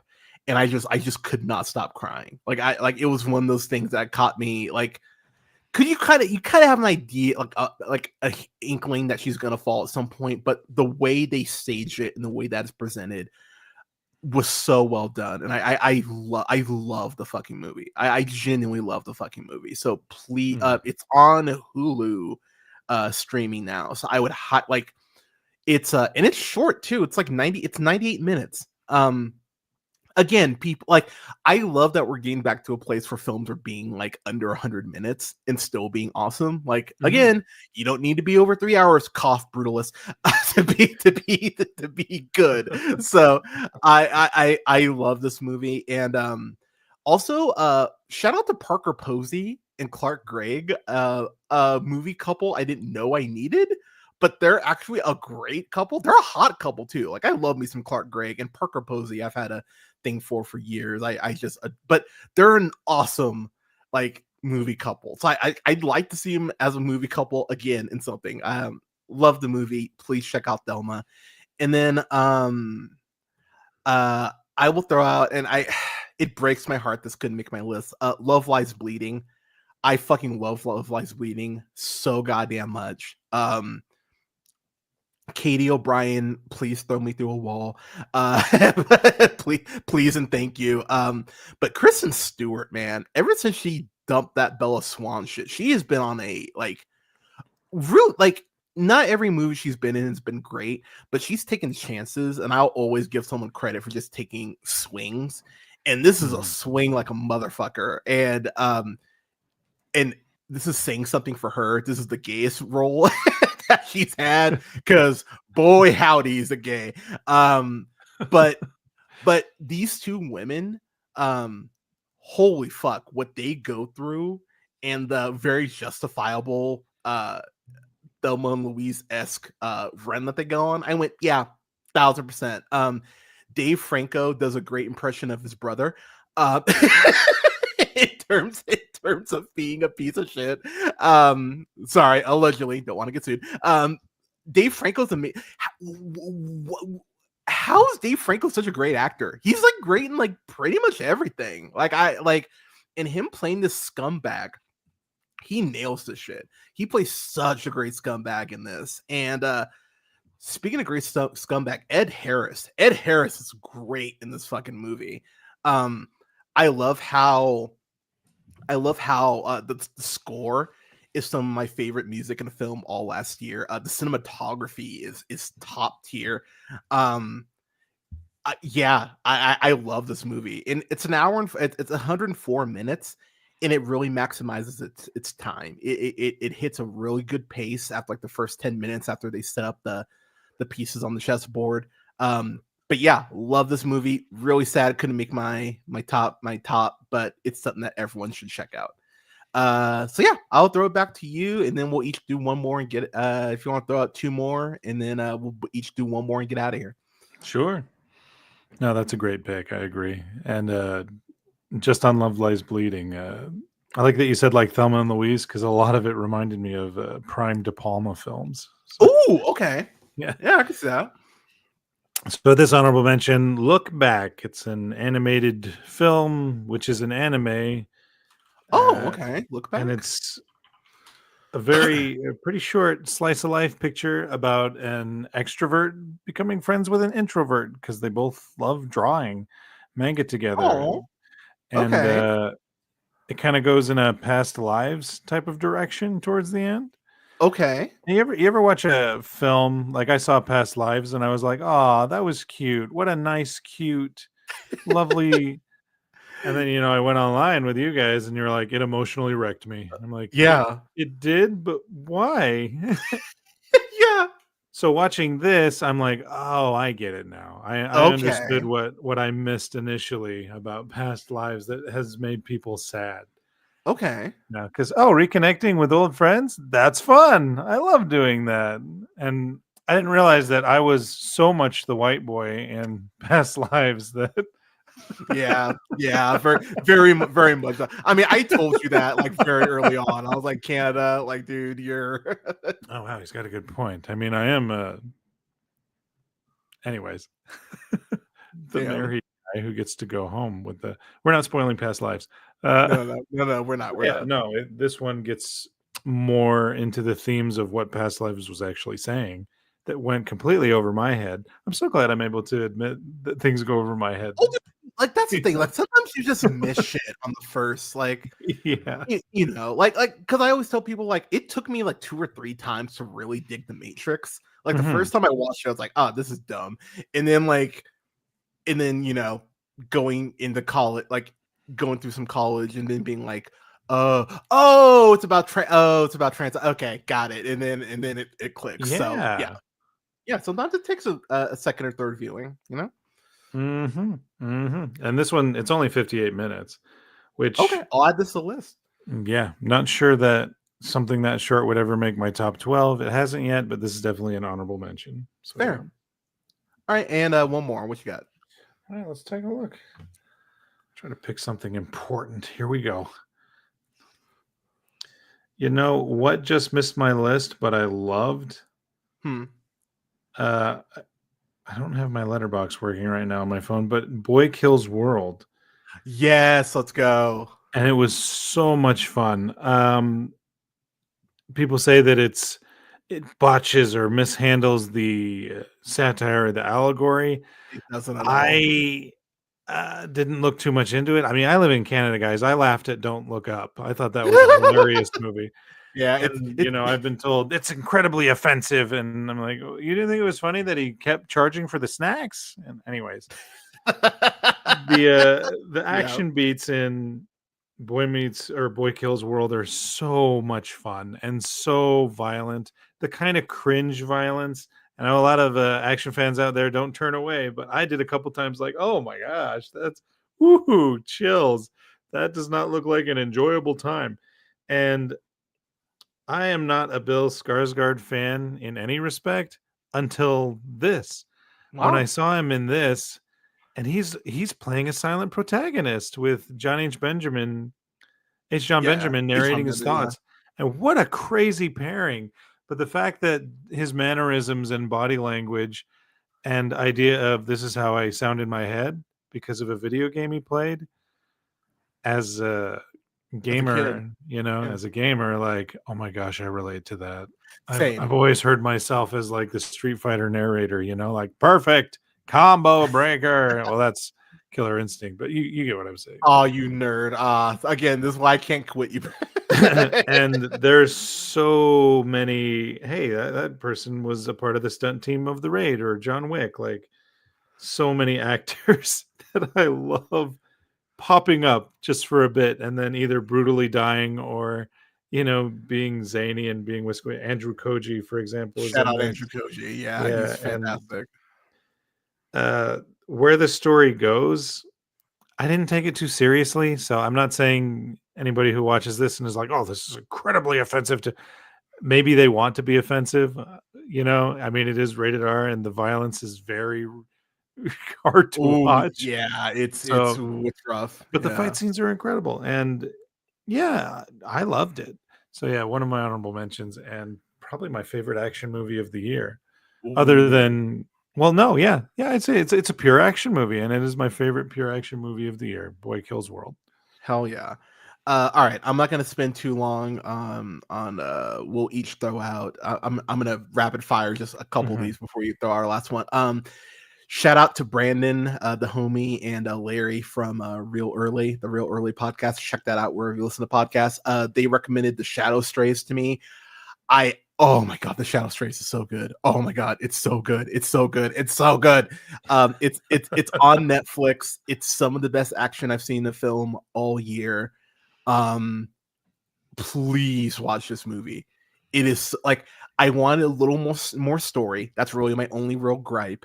But the action is fucking pristine. It is fucking perfect. Please check that movie out.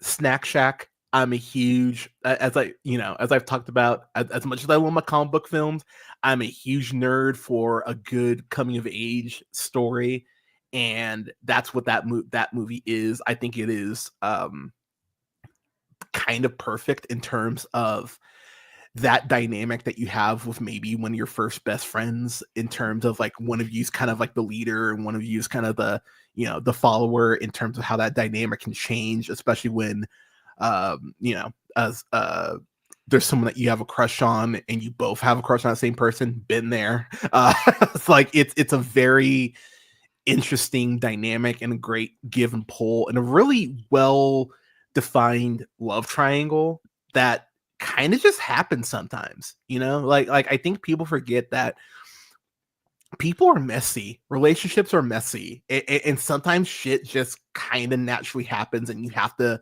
react to it in real time. And some of the things that movie throws at you in the back half really shocked me. I was like, holy shit, okay. There's some great stuff in that movie, and it's something you need to check out. Definitely check out Snack Shack. A Different Man, that film that Sebastian Stan should have been nominated for. Like, it's very kind of Twilight Zone-ish in terms of like the paranoia in the back half and like gaining, looking like Sebastian Stan, lucky bastard, but then also like missing what he was before. I love kind of the messaging behind that. Renate Rensby, I think is how you say it. She was in The Worst Person in the World, a great fucking movie, by the way. And she's just great at playing a bitch. She's great at playing like just an absolute bitch. And not to spoil too much, but you realize that she has a kink basically. And the way they reveal that shit, it's like, oh no, why? And it's like, in the way it's done, I just went, mwah, chef's kiss, no notes. Love A Different Man. That's actually streaming on Max now, so if you have not seen it, you definitely should. And then the last two films I'm going to throw out before I throw it to you, throw out your last one. The Last Stop in Yuma County. That was a Brandon recommendation. Shout out again to Brandon. I love a good Western, and that really is what this movie is. It's very kind of Fargo-esque in terms of like, oh, well, there's this money, and who's going to get the money, and why do these people want the money? Like, I love the way that the film reveals itself. It's 91 minutes. It flies the fuck by, and they maximize the shit out of their time in the movie. Several people that you may not be familiar with, but Faison Love is probably the biggest actor in it, but check it out. Please check the movie out. It's like any other year, it's probably top 10, but I just couldn't find a spot for it. But please check it out. And then a movie that I can pretty much guarantee a lot of you have not seen. I think it originally came out in 2022, but it got like bigger release over here last year. Driving Madeline is what it's called. So it's this it's basically France's answer to Driving Miss Daisy without, all the problematic elements removed. And it's about this guy who's really just trying to make ends meet, driving a cab, and he ends up picking up this elderly woman who goes ahead and just starts telling him about her life. And what you find out about her life, there is some tragic shit that's occurred in her life, and it really is about them learning from each other. It's short. It's 91 minutes, but the last third just hit me in such a way that I was crying. Like, Alea got home and I was sitting in my chair crying with Milo in my lap. And I had to like sit her down and show her some scenes, and she was floored by it. So, if I had a top 12, this would be number 12. Like, I absolutely adore the movie. Please check it out. So yeah, those are my honorable mentions. And Canada, I'm gonna let you close out with your last one. Okay, last one. It's What's Inside, as a Netflix feature film starring rising star Brittany O'Grady. A bunch of friends, lifelong friends, meet up at a pre-wedding party, and one of their more eccentric, brilliant friends has something in a suitcase, and it changes everyone forever. And I'm not going to spoil the point, but it's a very cool think piece, moral conundrum. If you have friends who like to talk about those, you can dive right onto that. Like, oh, well, what I would do, like me already, and I'm the idiot who would be like, you can talk to a ghost. Sure, I'll do that. Yeah, you would. Like this guy who brings out the suitcase and tells them what it does, and would you like to try it? Nope. I ain't going anywhere near that. So I'd love to have more people see this just to see how they would react. Okay. Because, like I said, like, oh yeah, talk to a dead person? Sure. Yeah. What do I got to do? Hold the hand, take the pills, get hypnotized? Sure, sign me up. But this, not too far. I mean, get that evil away from me, Satan. So yeah.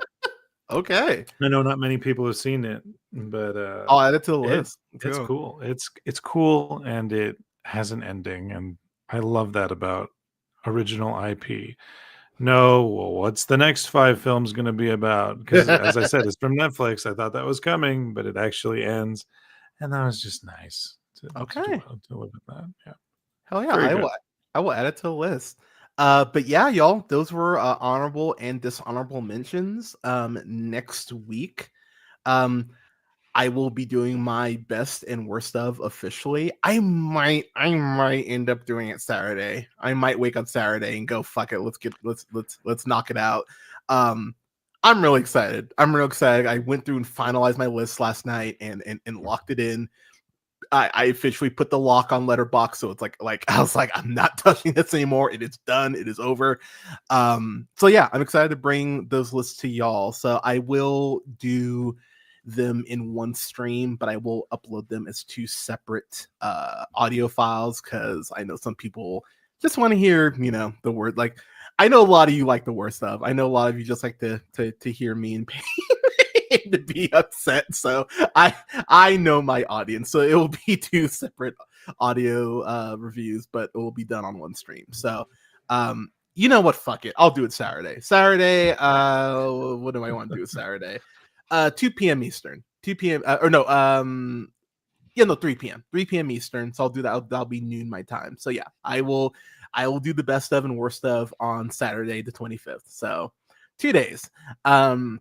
So yeah, tune in on Saturday. Yeah, but y'all, thank you so much for tuning in and for watching. Canada, if you could please tell the people where they can find you, sir. You can hear me reviewing stuff with a lot of very talented, more creative critics than myself. Honestly, I delegate a lot of the more film knowledgeable people, and I love doing that because I love learning about film that way. Again, that's oneofus.net. Wallace and Gromit review, Vengeance Most Foul, just dropped. Wonderful time. We had a lot of fun discussing it. Hell and yeah. Also, if you'd like to follow my 1-sentence reviews, which are very lazy, but I appreciate the feedback. They're fun. I'm at what am I at? Bradley of Martin, I believe is Bradley my Martin, name on Letterboxd. Yeah. Thank you. I got you. I love how I forget this stuff. And I'm on Instagram, but that's just for family usually. So I don't know if you want to follow me on there. Be like, okay, there's Bradley's kids. Thank you. But that's just for my mom and my dad. But I am on Instagram as well. I don't know. But Matt Gaetz might want to. Sorry, Mark Wahlberg are gonna stop trafficking, and Trump picks another child molester for his cabinet. Exactly. What is going on with that party? Okay. Yeah, we're done ranting. We're done ranting. As far as yours truly, I will be kicking off the Black Cinema Showcase proper next Saturday on the 1st of the month. I will have a review for the first Beverly Hills Cop up on next Saturday. Really weird. I just watched those last year. I'd never seen the Beverly Hills Cops films until last year.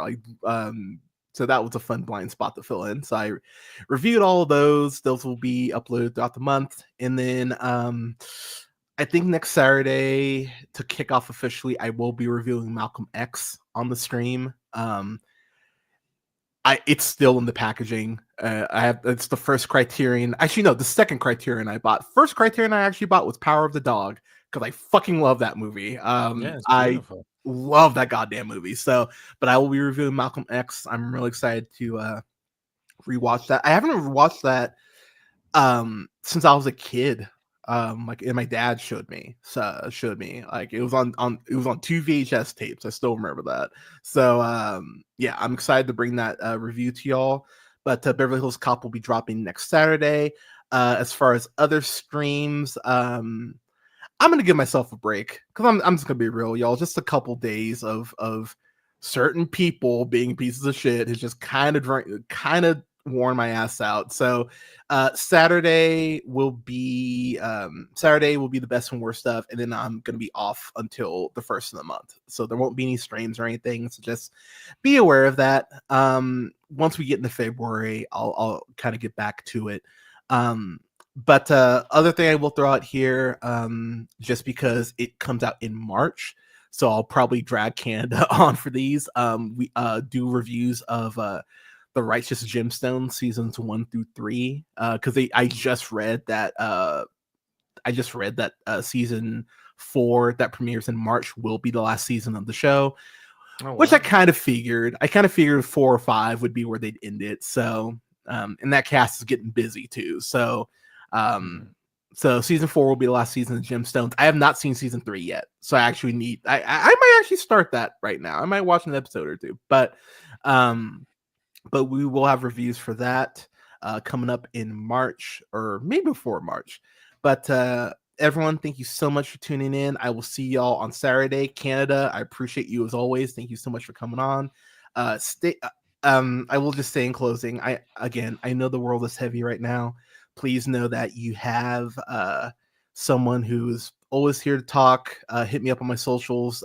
You can find me on find the page. Oh my god! Wow, I haven't even smoked today. Maybe that's the issue. But you can find the show on you know, Popeye Needs a Spinach. You can find me on Facebook at The Real Pineapple. You can find me on IG at J Hunter Real Pineapple. That's J Hunter, and then REEL Pineapple. Also on Instagram or at TikTok at the same thing. You can find me on Blue Sky at realpineapple.bsky.social. I'm way more active on Blue Sky because Blue Sky is great, unlike Twitter. And find the podcast pretty much wherever you listen to podcasts: SoundCloud, Apple Podcasts, Podbean, Stitcher, iHeartRadio, Spotify, Amazon Music, TuneUp, Samsung Podcasts. And you can go and find the show on YouTube at The Real Pineapple. That's REEL Pineapple. Yeah, there we go. All the things. But again, Canada, thank you so much, y'all. But like I was saying, I know that the world is a lot. I know the world is heavy. There's a reason why Proud Ally and things are here on the backdrop. We will always be a safe space for the LGBTQ community, for women's rights, all the above. So please stay safe out there. Please check in on your people, check in on your tribe. We will get through this together, and never forget, as always, to keep it real, y'all. Thank you so much again for tuning in, and I'll talk to you on Saturday. Cheers.